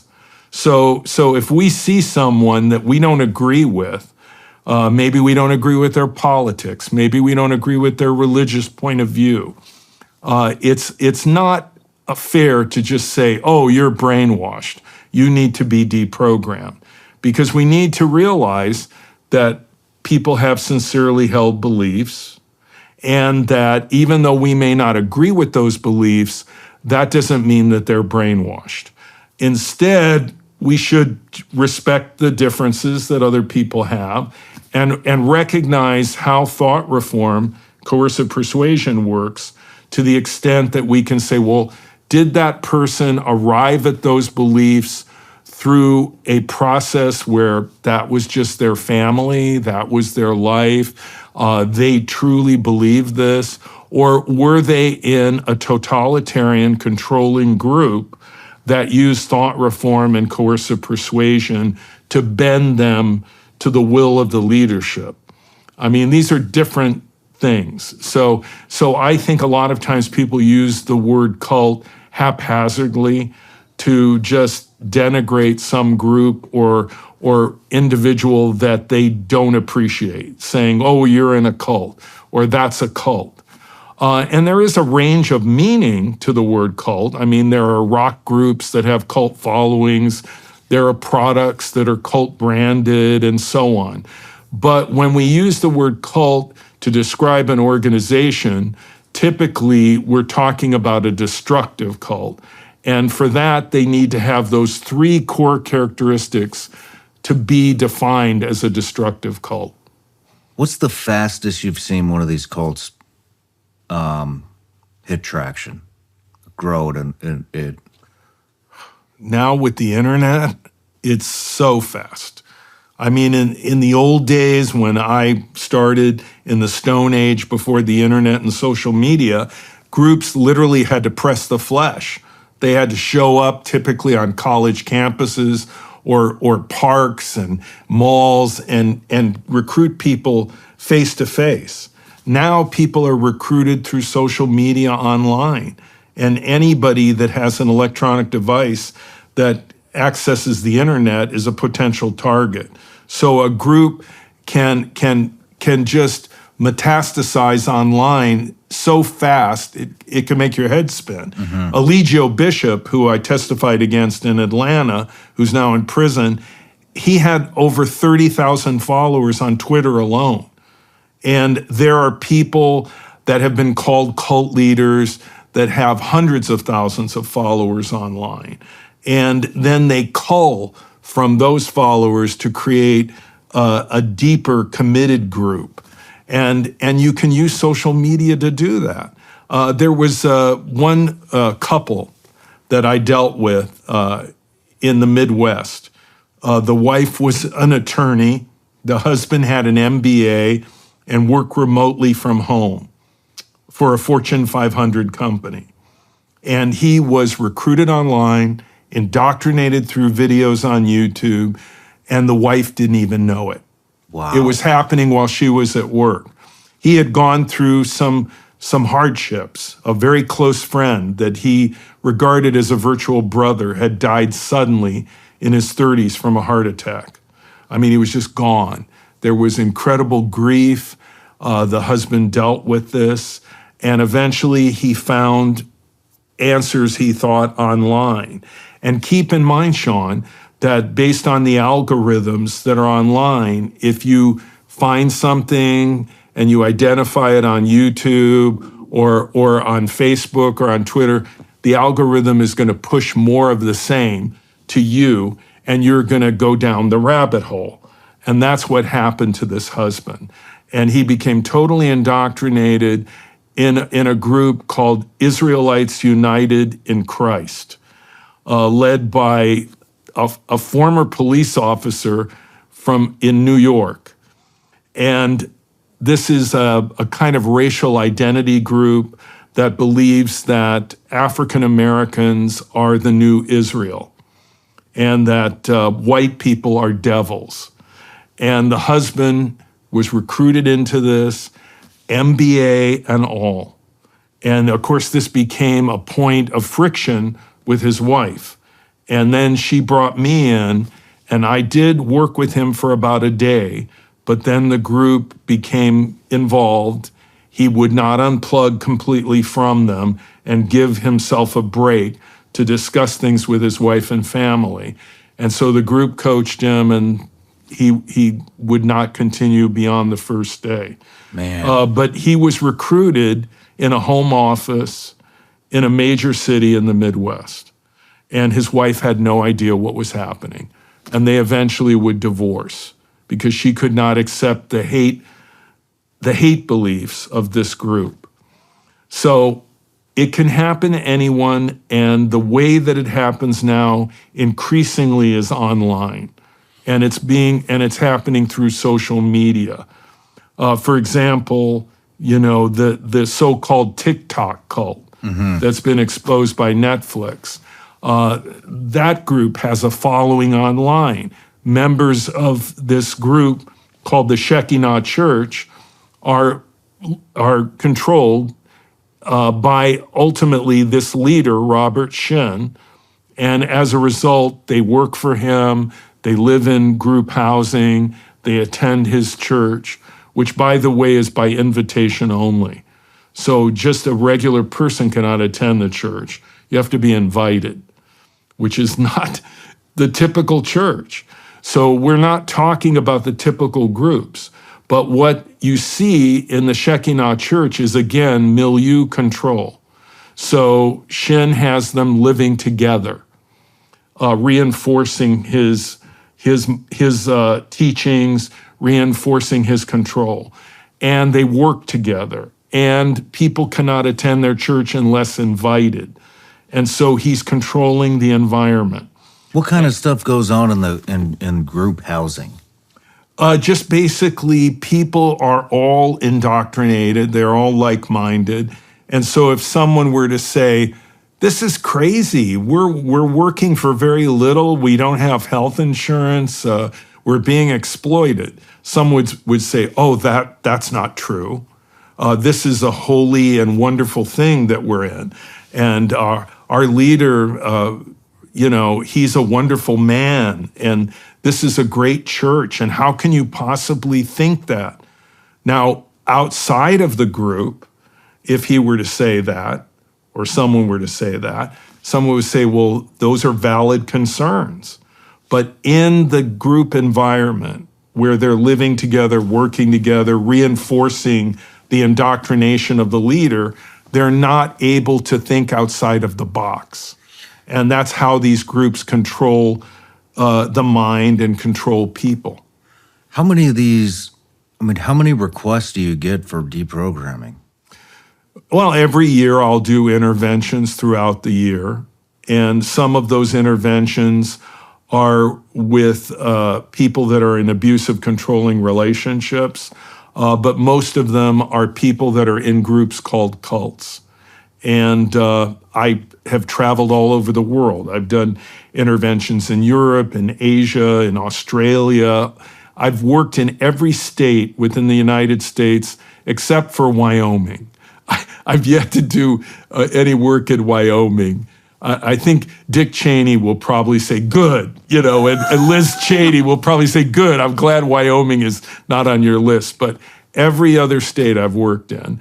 And I've done hundreds of interventions. And all an intervention really is, Sean, is it's a process of educating someone about what is a destructive cult, defining that, and then second, how does thought reform and coercive persuasion really work, and explaining that. And then the third, what information has this group withheld from you that you deserve to know to make a more informed decision about continuing? And finally, why did your family bring me here? Why are they concerned about you? So this discussion can take 3 or 4 days. Mm-hmm. And you ask the person, can you take a break? Can you do this for your family? 3 or 4 days, just take a break. And if this group is everything they say they are, and they're really a great group, they won't have a problem with you taking a break for 3 or 4 days. And then you can unplug, think about these things, and ask yourself, does it make any sense to me? How do I feel about all of this? Why is my family so concerned? And then at the end, you decide what you wish to do. So you can continue with the group, you can continue to take a break, or you can decide to leave. About 7 out of 10 of the people that I work with will decide that they're not going back. I would imagine there's quite a bit of pushback at the beginning. Oh, heck yeah. The first thing is, why did you do this? Because the intervention regarding cults is typically very much like an alcohol or a drug intervention. You don't tell the person there's going to be an intervention. So it's a surprise. And initially they may say, well, how could you do this? You should have told me. And the answer is, well, if we had told you, would you share that with someone in the group?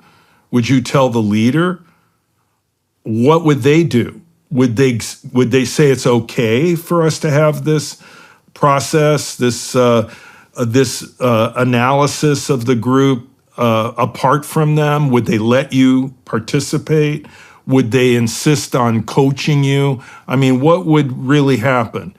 And then if the person is honest, and they most often are, they would say, well, yeah, probably they wouldn't like that. And so I guess I understand why you did this the way you did, but I'm kind of shocked. But then the family will say, well, look, we love you. We really, really care about what's happening in your life. We care about you. We love you. And we wouldn't do this if we didn't feel there was a reason. So would you trust us? You've known us all your life. You know we love you. So all we're asking you to do is give us some time. We're not telling you that you have to leave the group ultimately. What we're asking you is, will you give us 3 days, maybe, to think about things, to talk about things? And if you'll do that, that will ease our concerns, and we'll feel like that is okay, that we've addressed what we're worried about. And usually the person will say yes. Interesting. You know, I've seen a couple of things in surrounding areas here. One of them, I remember when I first moved to Tennessee, me and my wife went to this restaurant, and it was in this place called Pulaski, Tennessee. And we went into this restaurant, and it was, I don't know any other way to describe it other than very, very hippie-like. And it was a lot of like falafel, vegetarian, stuff like that. But that's not what I'm getting at. What I'm getting at is the minute we entered, and it was before we actually moved here. We were looking for a place to live, and we had checked this town out, and this was the only restaurant still open. And we walked in, and immediately there was just a weird vibe in there. And was it called the Yellow Deli? Yes. Yeah, that's the 12 Tribes. That's a cult group. What is that owns a chain of delis. It was originally a group started by a guy by the name of Gene Spriggs in Chattanooga, Tennessee. And they believe that they are the chosen new Israel, and their leader is the prophet. They called him the prophet Yonek. Well, Gene Spriggs died rich. I mean, he had a yacht, he had multiple homes. I mean, he lived the good life. But his people would flip real estate for him. They would rehabilitate homes in upstate New York and around the country. And then that would add to the group's coffers. And they had a chain of restaurants called the Yellow Deli, and they also had cafes that serve what I think they call it mate, which is a South American kind of tea or coffee or something. And this would be the way that Gene Spriggs made money, because these people would work for basically nothing but room and board. So they would be living in group houses that would have designated leaders, and they would be there within this community, and they would work at the cafes for the real estate business or rehabilitating or doing whatever Spriggs wanted for nothing but room and board. No health insurance, no Social Security, nothing. And then they'd be raising children in the group. And these children would not be well treated. And they would not be schooled past the age of 13. And they would be beaten. Spriggs would have children beaten with like balloon sticks that they would dip in resin and then whip the children. One mother who hired me, her name is Lori Johnson, and she lived in upstate New York. She became involved with her husband in the 12 Tribes. He really was devoted. And she began to have doubts because she saw how hard it was on her kids. She had 2 little children. And she wanted to leave. Her husband wouldn't leave. Divorce, custody battle. Lori gets custody. Husband disappears with the 2 children. It took 9 years before the FBI found those kids. I did a Jerry Springer show. Where were the kids? They were hidden within the community in Florida, and no one knew where they were.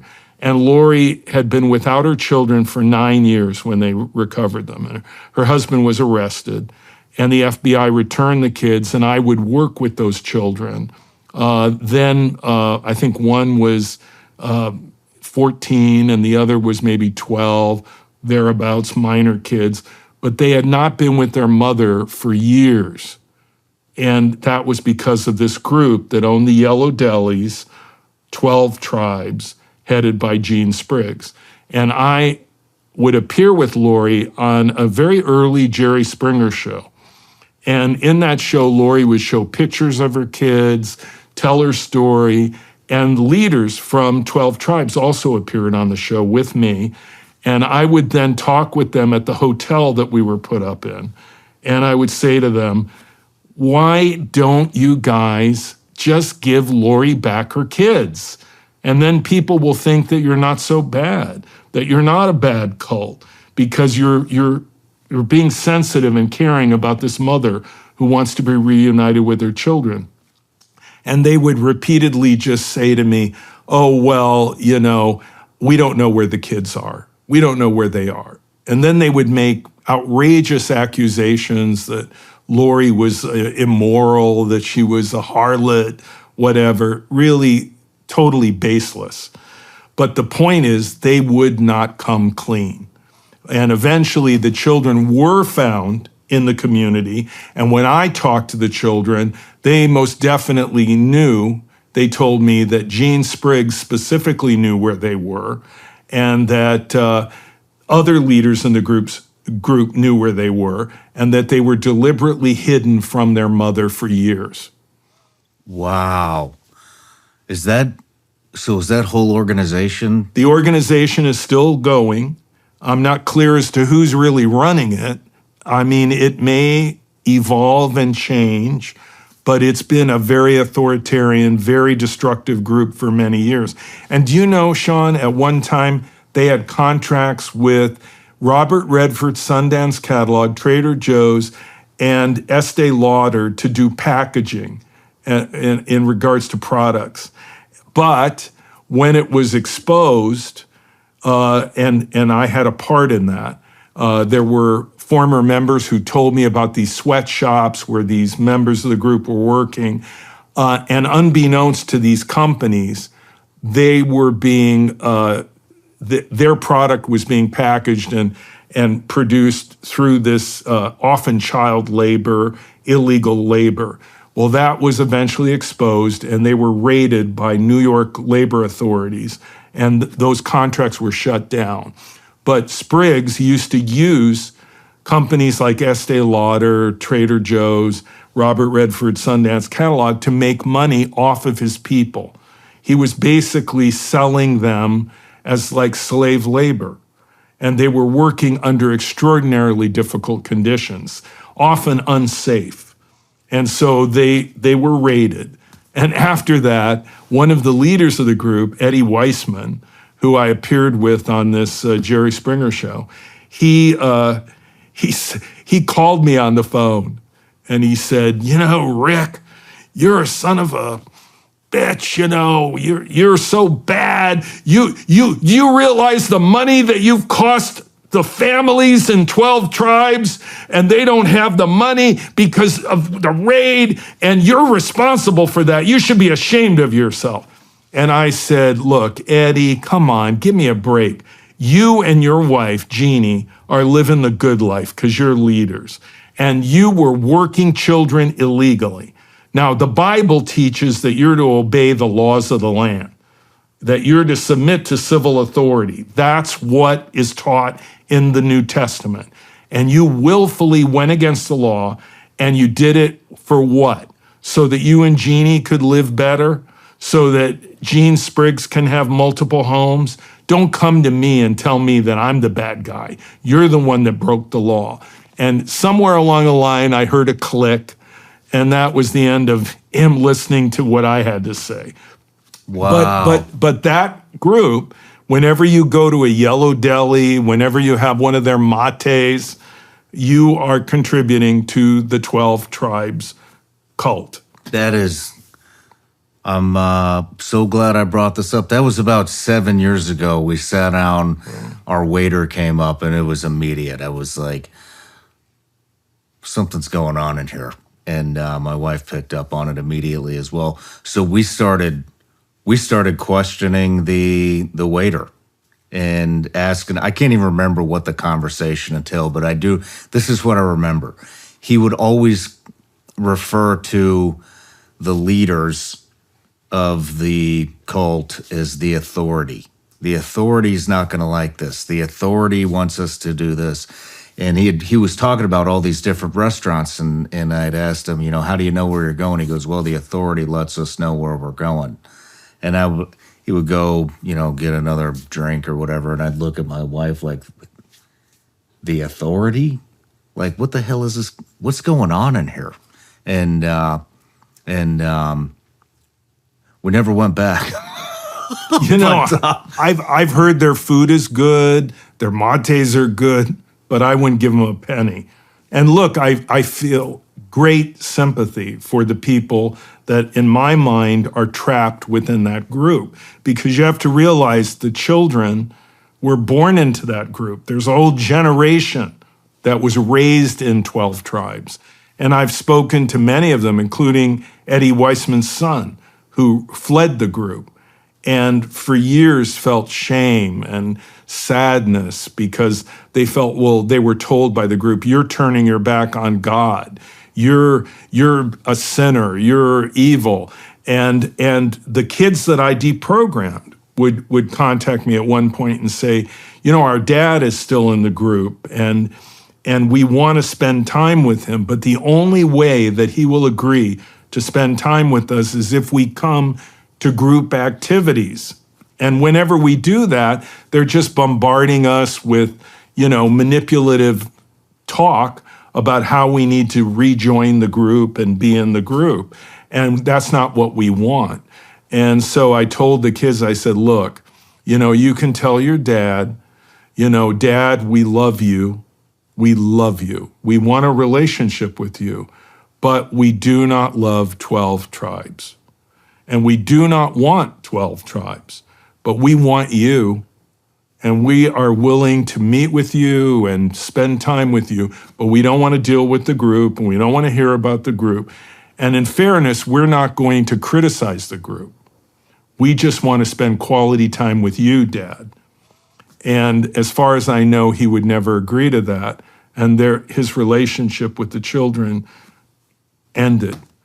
And so there are children that leave groups like this, and it's very, very hard on them because their family shuns them. They don't know people outside of the group.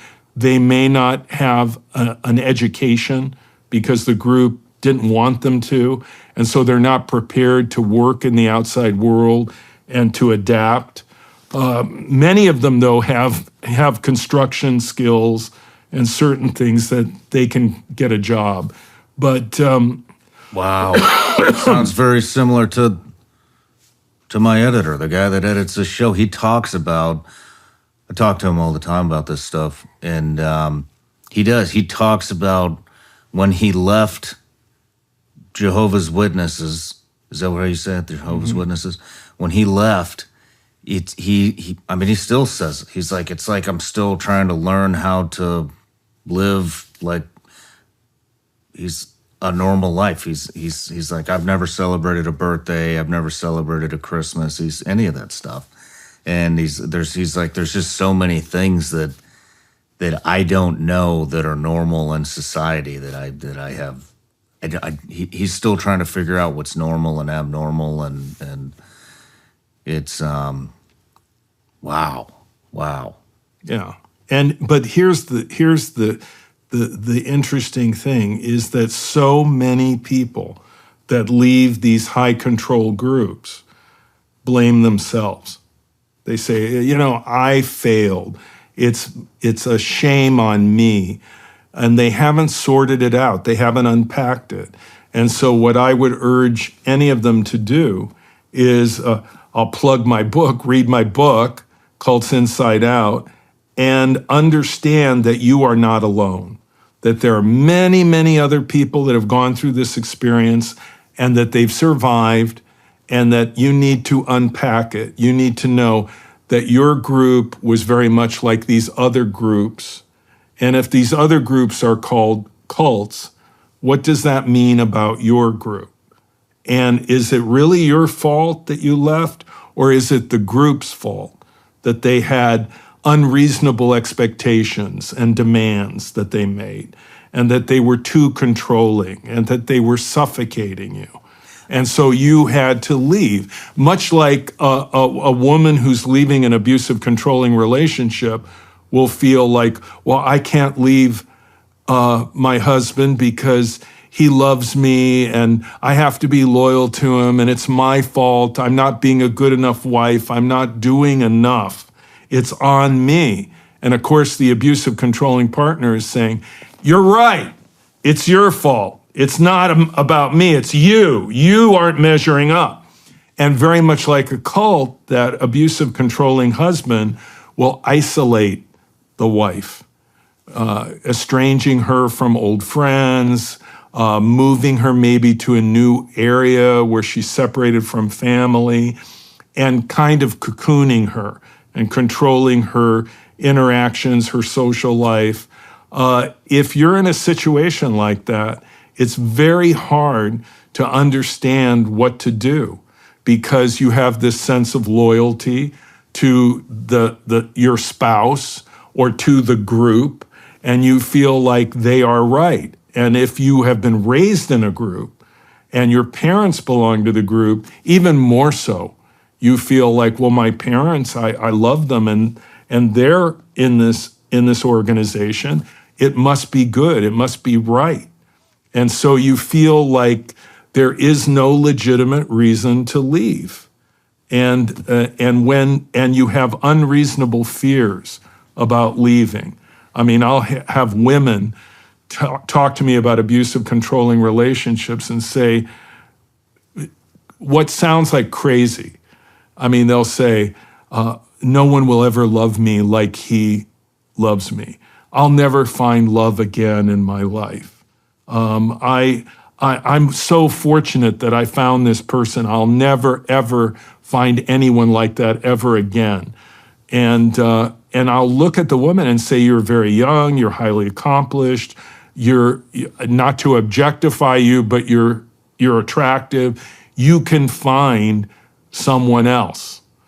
But because of your spouse and the way that you've been manipulated, you've been led to believe that you can't.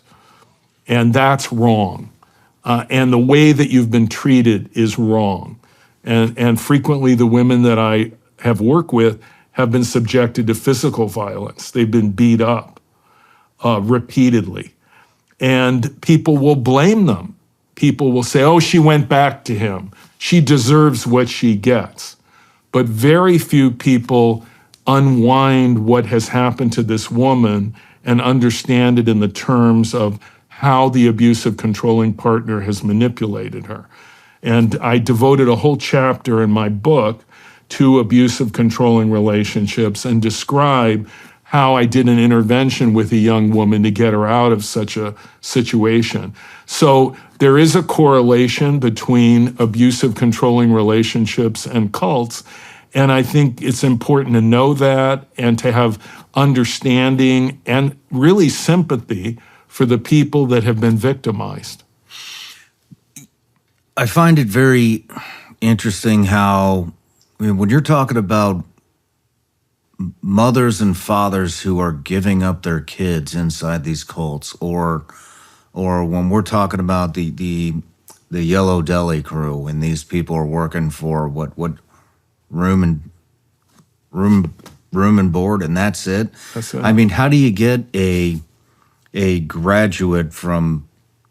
I mean, how do you get a anesthesiologist who's making $500,000 a year, maybe more, maybe millions a year, to join a cult and give all of that up for room and board?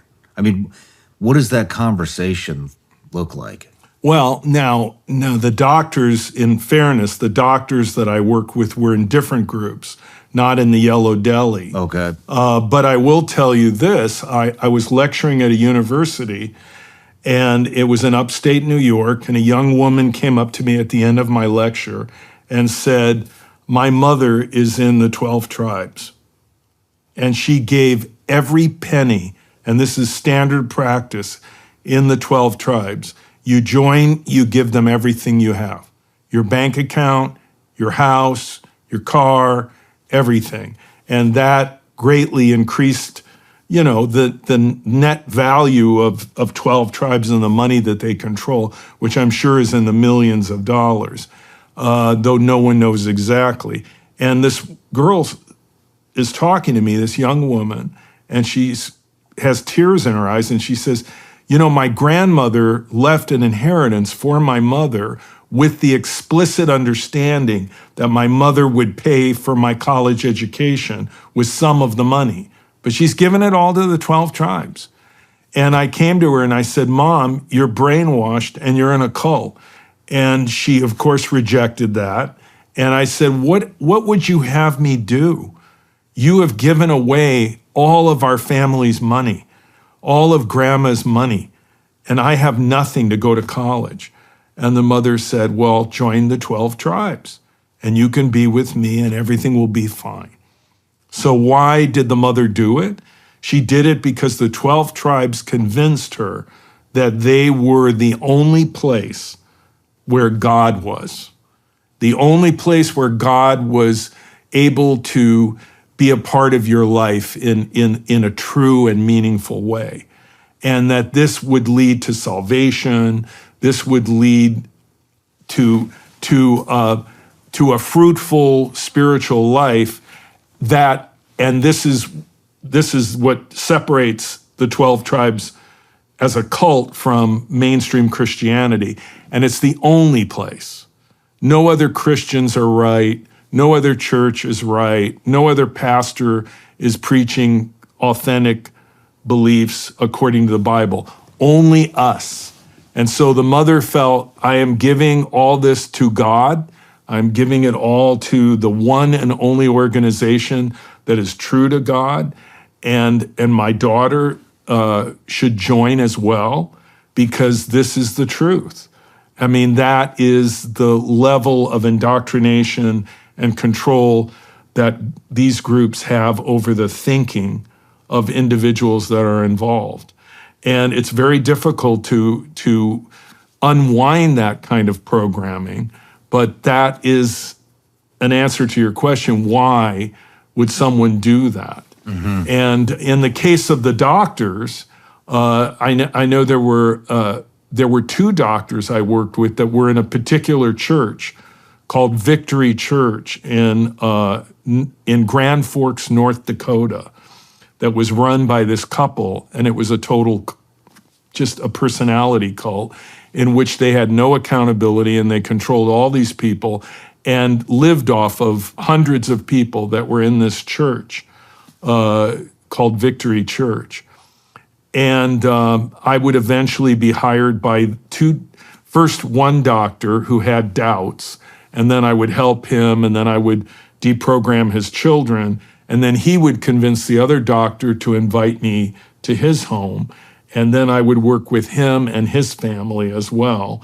And then they in turn convinced a cardiologist who was also in the group to leave. So this was kind of a domino effect. And eventually I would do an Oprah Winfrey show with former members of Victory Church. And Oprah Winfrey would expose the group nationally. And eventually it would crumble and cease to exist. And I have to give Oprah some credit, because the group sued Oprah Winfrey and tried to keep her from airing that program. And Oprah Winfrey said, no way, I am airing the program. And actually the lawsuit attracted more attention, as lawsuits like that often do. And the show aired, and it was the undoing of that Victory Church in Grand Forks, North Dakota. Do you know John of God? Oh, yeah. That's the Canadian cult leader. Is Oprah involved in that one? You know, it's interesting. I've done the Oprah show a couple of times, and Oprah has done some really good work regarding the one show that I did involved Jehovah's Witnesses, in which she exposed some of their excesses. The other show was about this group called Victory Church in North Dakota, which ended that church effectively. But then Oprah has done other shows where she brings on people of very questionable backgrounds. For example, James Arthur Ray, who led these training seminars, and 3 people died in one of his training seminars. And he was a featured guest on Oprah and largely traded on that to promote himself and promote his seminars, which he became a millionaire selling. And so Oprah at times has been involved with kind of fringy, new agey gurus who end up not being so good. John of God would be another example. What is John of God? John of God is a kind of a faith healer, someone who claims that he can heal people. And he's now being accused of sexually exploiting and abusing women. And so to the extent that Oprah Winfrey thought that John of God was of God and a man of God, he traded on her show and exposure through her show to promote himself.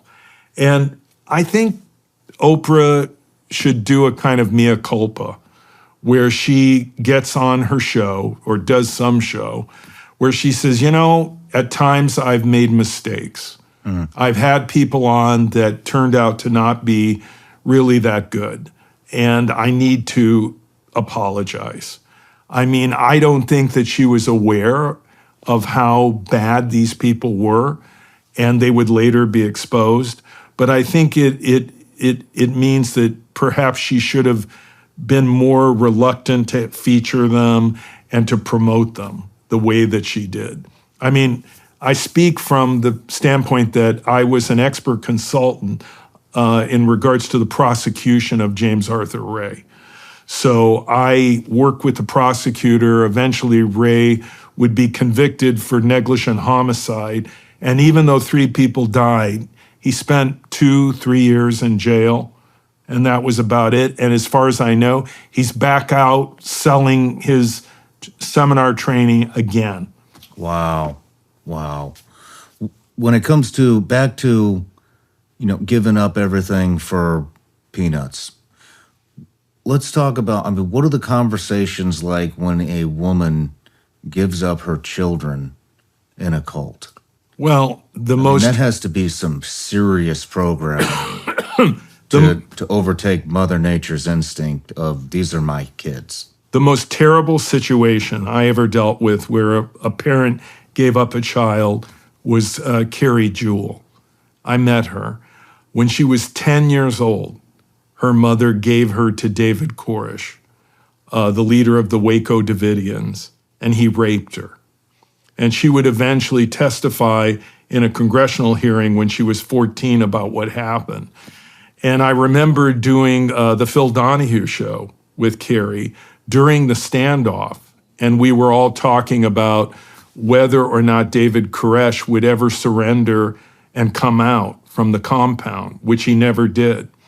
And at the time, he asked each person on the panel, how do you think this is going to end? And when he got to Carrie Jewell, she said, they're all going to die. And I've made my peace. My mother will never come out. And I was shocked, but she was right. She was absolutely right. And I think that her father, David Jewell, who was a very brave man and who rescued his daughter from the compound before the raid and before the standoff occurred, and she was safely with him in his custody when all that happened, that she knew, and David Jewell knew, just how totally brainwashed the people were in that compound. Because this woman, I'm sure, was a loving mother, but she was so programmed by David Koresh to believe that he was the seed, the Davidic seed, the Messiah, that she thought that giving her child to the Messiah was a godly thing to do. And they were told that he was planting the seed of David in these victims that he raped. And I think one of the reasons why he did not surrender was he knew that when they did DNA testing, they would establish that he was a pedophile and that he had sex with minor children, and that they had children when they were children. Oh, man. Wow. Can we go into the Waco incident a little bit? What was that cult about? First of all, the Waco Davidians for a long time were a totally peaceful, benign group, kind of unusual. They followed the teachings of a man named Victor Houteff. And after Houteff died, his widow took over. And after her, a man named George Roden took over. And after that, his wife, Lois Roden, took over. And for years and years, they were peaceful. And they lived outside of Waco on a kind of ranch area on the outskirts of Waco. Then came Vernon Howell, later named David Koresh, and he became very close to Lois Roden at the end of her life, and then he took over. And that's when the trouble started, because he tried to kill her son, George Roden, and he was tried for attempted murder, but a hung jury was the end result. And the prosecutor said, that guy is going to be trouble. And he went back to the compound. He was stockpiling weapons. And unbeknownst to me, he was also raping children and abusing women in the group. That would later come out. So the BATF then did an investigation. And I had deprogrammed one of the Waco Davidians. David Koresh had sent him on a kind of trip to get some money and do some fundraising in California. And his brother retained me, and I did an intervention, and he never came back. And he still lives in California, and he has a family. But he was a witness to illegal weapons and stockpiling that was going on inside the Davidian compound. David Koresh was manufacturing guns. He was converting semi-automatic weapons to fully automatic. He was breaking the law regarding firearms. And so the Bureau of Alcohol, Tobacco, and Firearms investigated him. They called me. They interviewed the young man that I deprogrammed. It was their interview with that young man that I deprogrammed, and in part his testimony that led to an affidavit that was then the basis for a warrant for the search of the Davidian compound and a warrant for the arrest of David Koresh. So the BATF went there. I was shocked at the way they went. I mean, we had warned them about how many weapons and how huge the stockpile was and how militant the group was and how totally, really psychopath like David Koresh was. And the BATF just raided the group in a way that shocked me. I mean, they just went in like it was any normal raid, which it wasn't. And of course, it was a gun battle. People were killed. Davidians died. Federal agents were killed in the process. And then they created a perimeter around the compound, and there was a 51-day standoff. 51 days? 51 days. And during that time, I worked for CBS News, and I was interviewed by the FBI and by their hostage negotiator that they had. But the problem that the FBI had at that time, which I don't think they have now, because they learned from Waco and subsequent situations, that this was not a conventional hostage situation, that the Davidians were not hostages, they were programmed. They were completely and totally subservient to David Koresh, and that dynamic needed to be understood. And so much of what I suggested to the FBI, they did not do. Some of the things I suggested that they do, they did. For example, David Koresh, who said, "I am Jesus, I am the Messiah." They said, well, Jesus loved children. And he said, "Suffer not the little children to come unto me. So would you let some of the children out?" And David Koresh did let out 21 children. and he let out some of the elderly people, people that he thought were essentially a burden or expendable. He kept most of the Davidians in. Now, then the FBI set up these big loudspeakers around the compound, and they would keep the Davidians up at night. They would blast them with rock and roll music, rabbits screaming, things that probably fit within the typical hostage negotiator playbook. But they did not understand. They were dealing with a cult. They were dealing with cult members. And what I suggested was that they give them every opportunity to get sleep, to be rested, so they could think more clearly. And then maybe during the 9 to 5 hours, bring in family and let the family talk to their loved ones through those loudspeakers, because David Koresh was controlling all communication in that compound.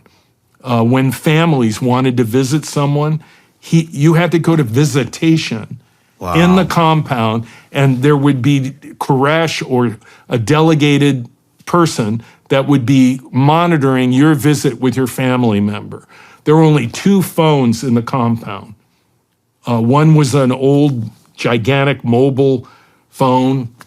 Hard to believe how big those were. And the other was a hard line. He controlled both. He listened to all conversations. So what I suggested to the FBI, and they did not do this, was use the loudspeakers so the families can speak to their loved ones. Kind of like, almost like radio-free Davidian, where there could be communication that he did not control. They did not do that. And then I also told them, please don't act aggressively on the perimeter, because that basically validates his narrative that you're Satan, that you are the army of Satan come to attack the people of God.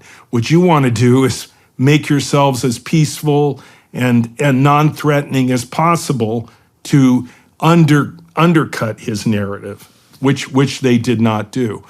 In fairness to the FBI, they had never dealt with a cult like this before, and it was their first experience, and they learned from it painfully. But in the final analysis, I don't think it was going to end any way other than it ended, which is how David Koresh wanted it to end. And he did not want to live. He was like Jim Jones. He wanted to go out with his followers on his throne, king to the bitter end. That's how David Koresh left the world, ruling over his flock in the compound, just like Jim Jones at Jonestown. Could you go into Jim Jones? Yeah, Jim Jones was at one time a very popular figure in San Francisco. He was considered one of the leading lights of social action in the Bay Area. He was very connected to the Democratic Party, to Democratic leaders, Governor Jerry Brown, Assemblyman Willie Brown. When Rosalind Carter visited San Francisco, she did a photo op with Jim Jones. So Jim Jones was a kind of icon. And the People's Temple was a huge church with thousands and thousands of members, but no one really knew what was going on inside.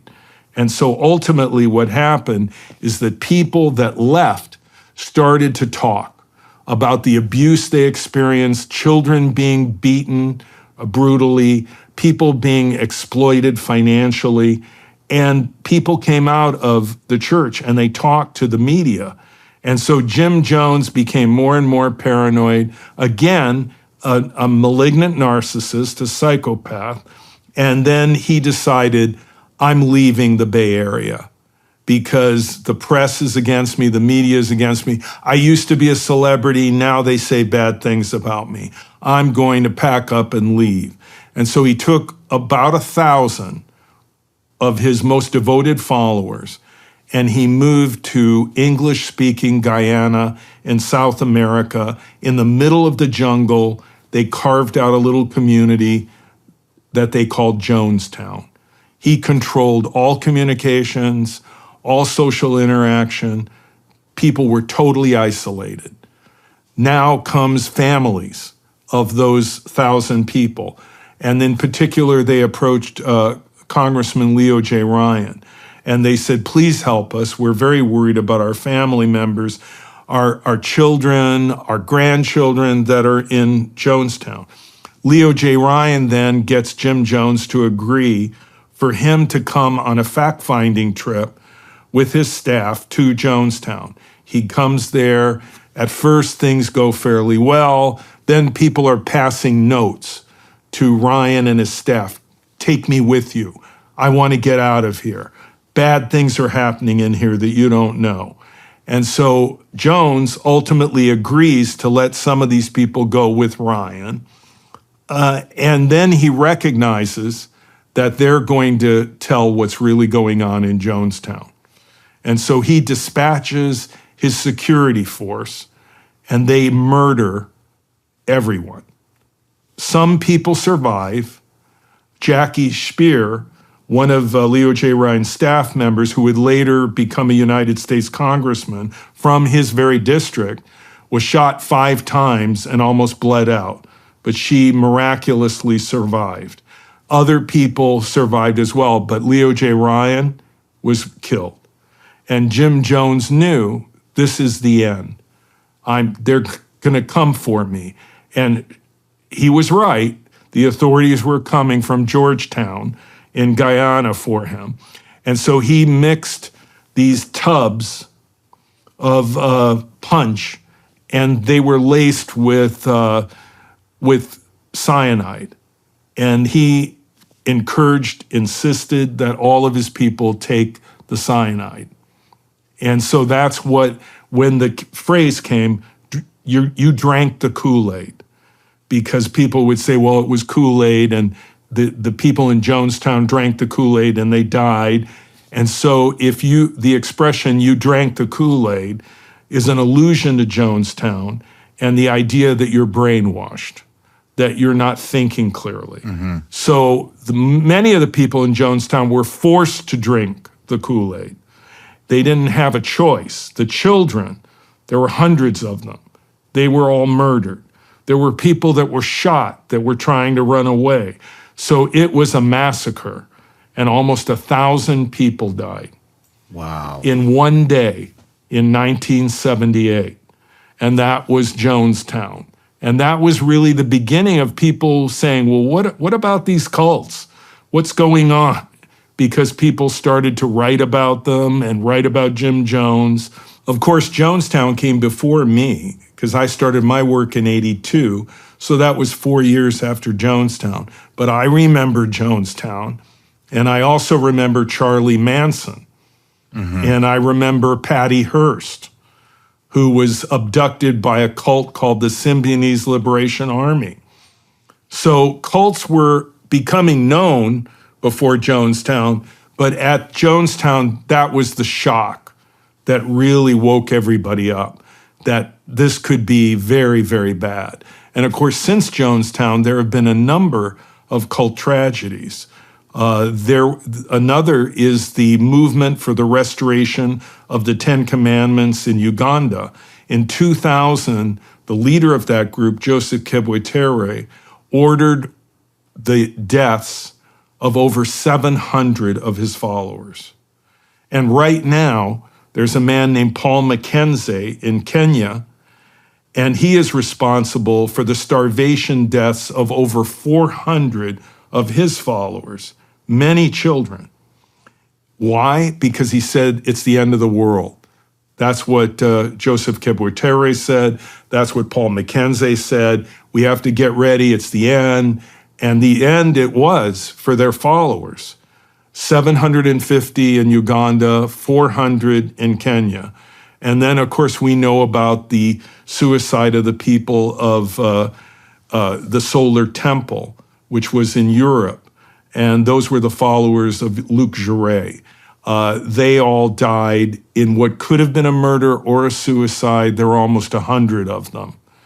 And then there was Heaven's Gate around the same time in the 90s, that 39 people in a house rented by their leader, all died together because he determined that this was the end and that they were going to somehow move from their bodies to a level above human. So we have had a number of cult tragedies, and they have happened over and over again, some of them worse than others. And I think that of course, these are the most extreme groups where people die, but there are many groups where people's lives are horribly damaged, where they lose their job, they drop out of school, they become estranged and isolated from family and old friends, they lose all their money because of some group. They're not dead, but they've been badly hurt. And so this is the reason that people pay attention to these groups, not because of their beliefs, but because of their behavior and how they negatively impact people's lives. Wow. It seems like the commonality behind a lot of these is manipulating Christianity. I would, there's no religion that has not been used as a facade, a mask by cult leaders. There have been groups that have used Judaism, Hinduism, Christianity, Islam. In my opinion, ISIS and Al-Qaeda, both cults. One following al-Baghdadi as their savior, the other following, now I'm spacing out. Bin Laden. Bin Laden, excuse me. There have been cults using any religion. Islam, Osama bin Laden led Al-Qaeda, and al-Baghdadi led ISIS. Both of them basically as saviors, as messiahs, leading their followers to death. So every religion has been used. Now, in the United States and in Europe, of course it's Christianity, because Christianity has currency. Christianity has credibility. And so if you're a cult leader, you want to use something as a facade, as a mask, to invoke your authority, to invoke your power. So what you're saying to your followers is, I'm not telling you to give up your life for me. I'm telling you to give up your life for God. And you're going to do it because I'm calling upon your deeply held beliefs as a Christian, a Jew, a Muslim, a Buddhist, a Hindu. And because of that, you will see me as an authority representing that higher power, and you will then obey me. You will give me what I want, you will do what I say, because you think that by following me, you're following that higher power. And so that's why they use that authority. Are there any cults any newer ones that you have your eye on right now? I am very concerned about Israelites united in Christ. That is an African-American identity group, a hate group, that has a YouTube channel. I think YouTube should do something about that. I think that they're negligent by not looking at that closer. I hope they will. I would encourage YouTube in particular to police YouTube more and look for these cult leaders that are on YouTube. Look for these people that are using social media, because they are, and they're hurting people. And I think there should be more policing done on those platforms. Well, I'm sure this show will help out with that. I hope so. Well, Rick, we're wrapping up here, and I just want to say thank you for coming on. That was a fascinating conversation. And I got to be honest, I totally wasn't expecting you to know about the Yellow Deli. that was. I cannot wait to get home and tell my wife about that. What was it? The 12 tribes. The 12 tribes. You can find a whole historical archive about them at culteducation.com. I've been following them for decades. She's going to be, we've been talking about this for 7 years. And to just have you just go, the Yellow Deli, wow. Just goes to show you these places. I mean, Pulaski, Tennessee is you and me are probably the only ones that have ever heard of it that are watching this. No, they've been in the media. Oh, really? There was a fire in Colorado that allegedly started at one of their communities. And they've been in the news many, many, many times over many things. The 12 tribes began in Chattanooga, Tennessee. That's where they started. And then they branched out and they moved around, and they're all over the place. Very interesting. What I was getting at is Pulaski is a very, very small town. And so it's there's, I guess they just pop up anywhere. Is it close to Chattanooga? It's not far from here. It's only about 45 minutes south of here. So if you want to go grab a bite. No thanks. I'm just kidding. But Rick, it was a pleasure interviewing you. I really appreciate it.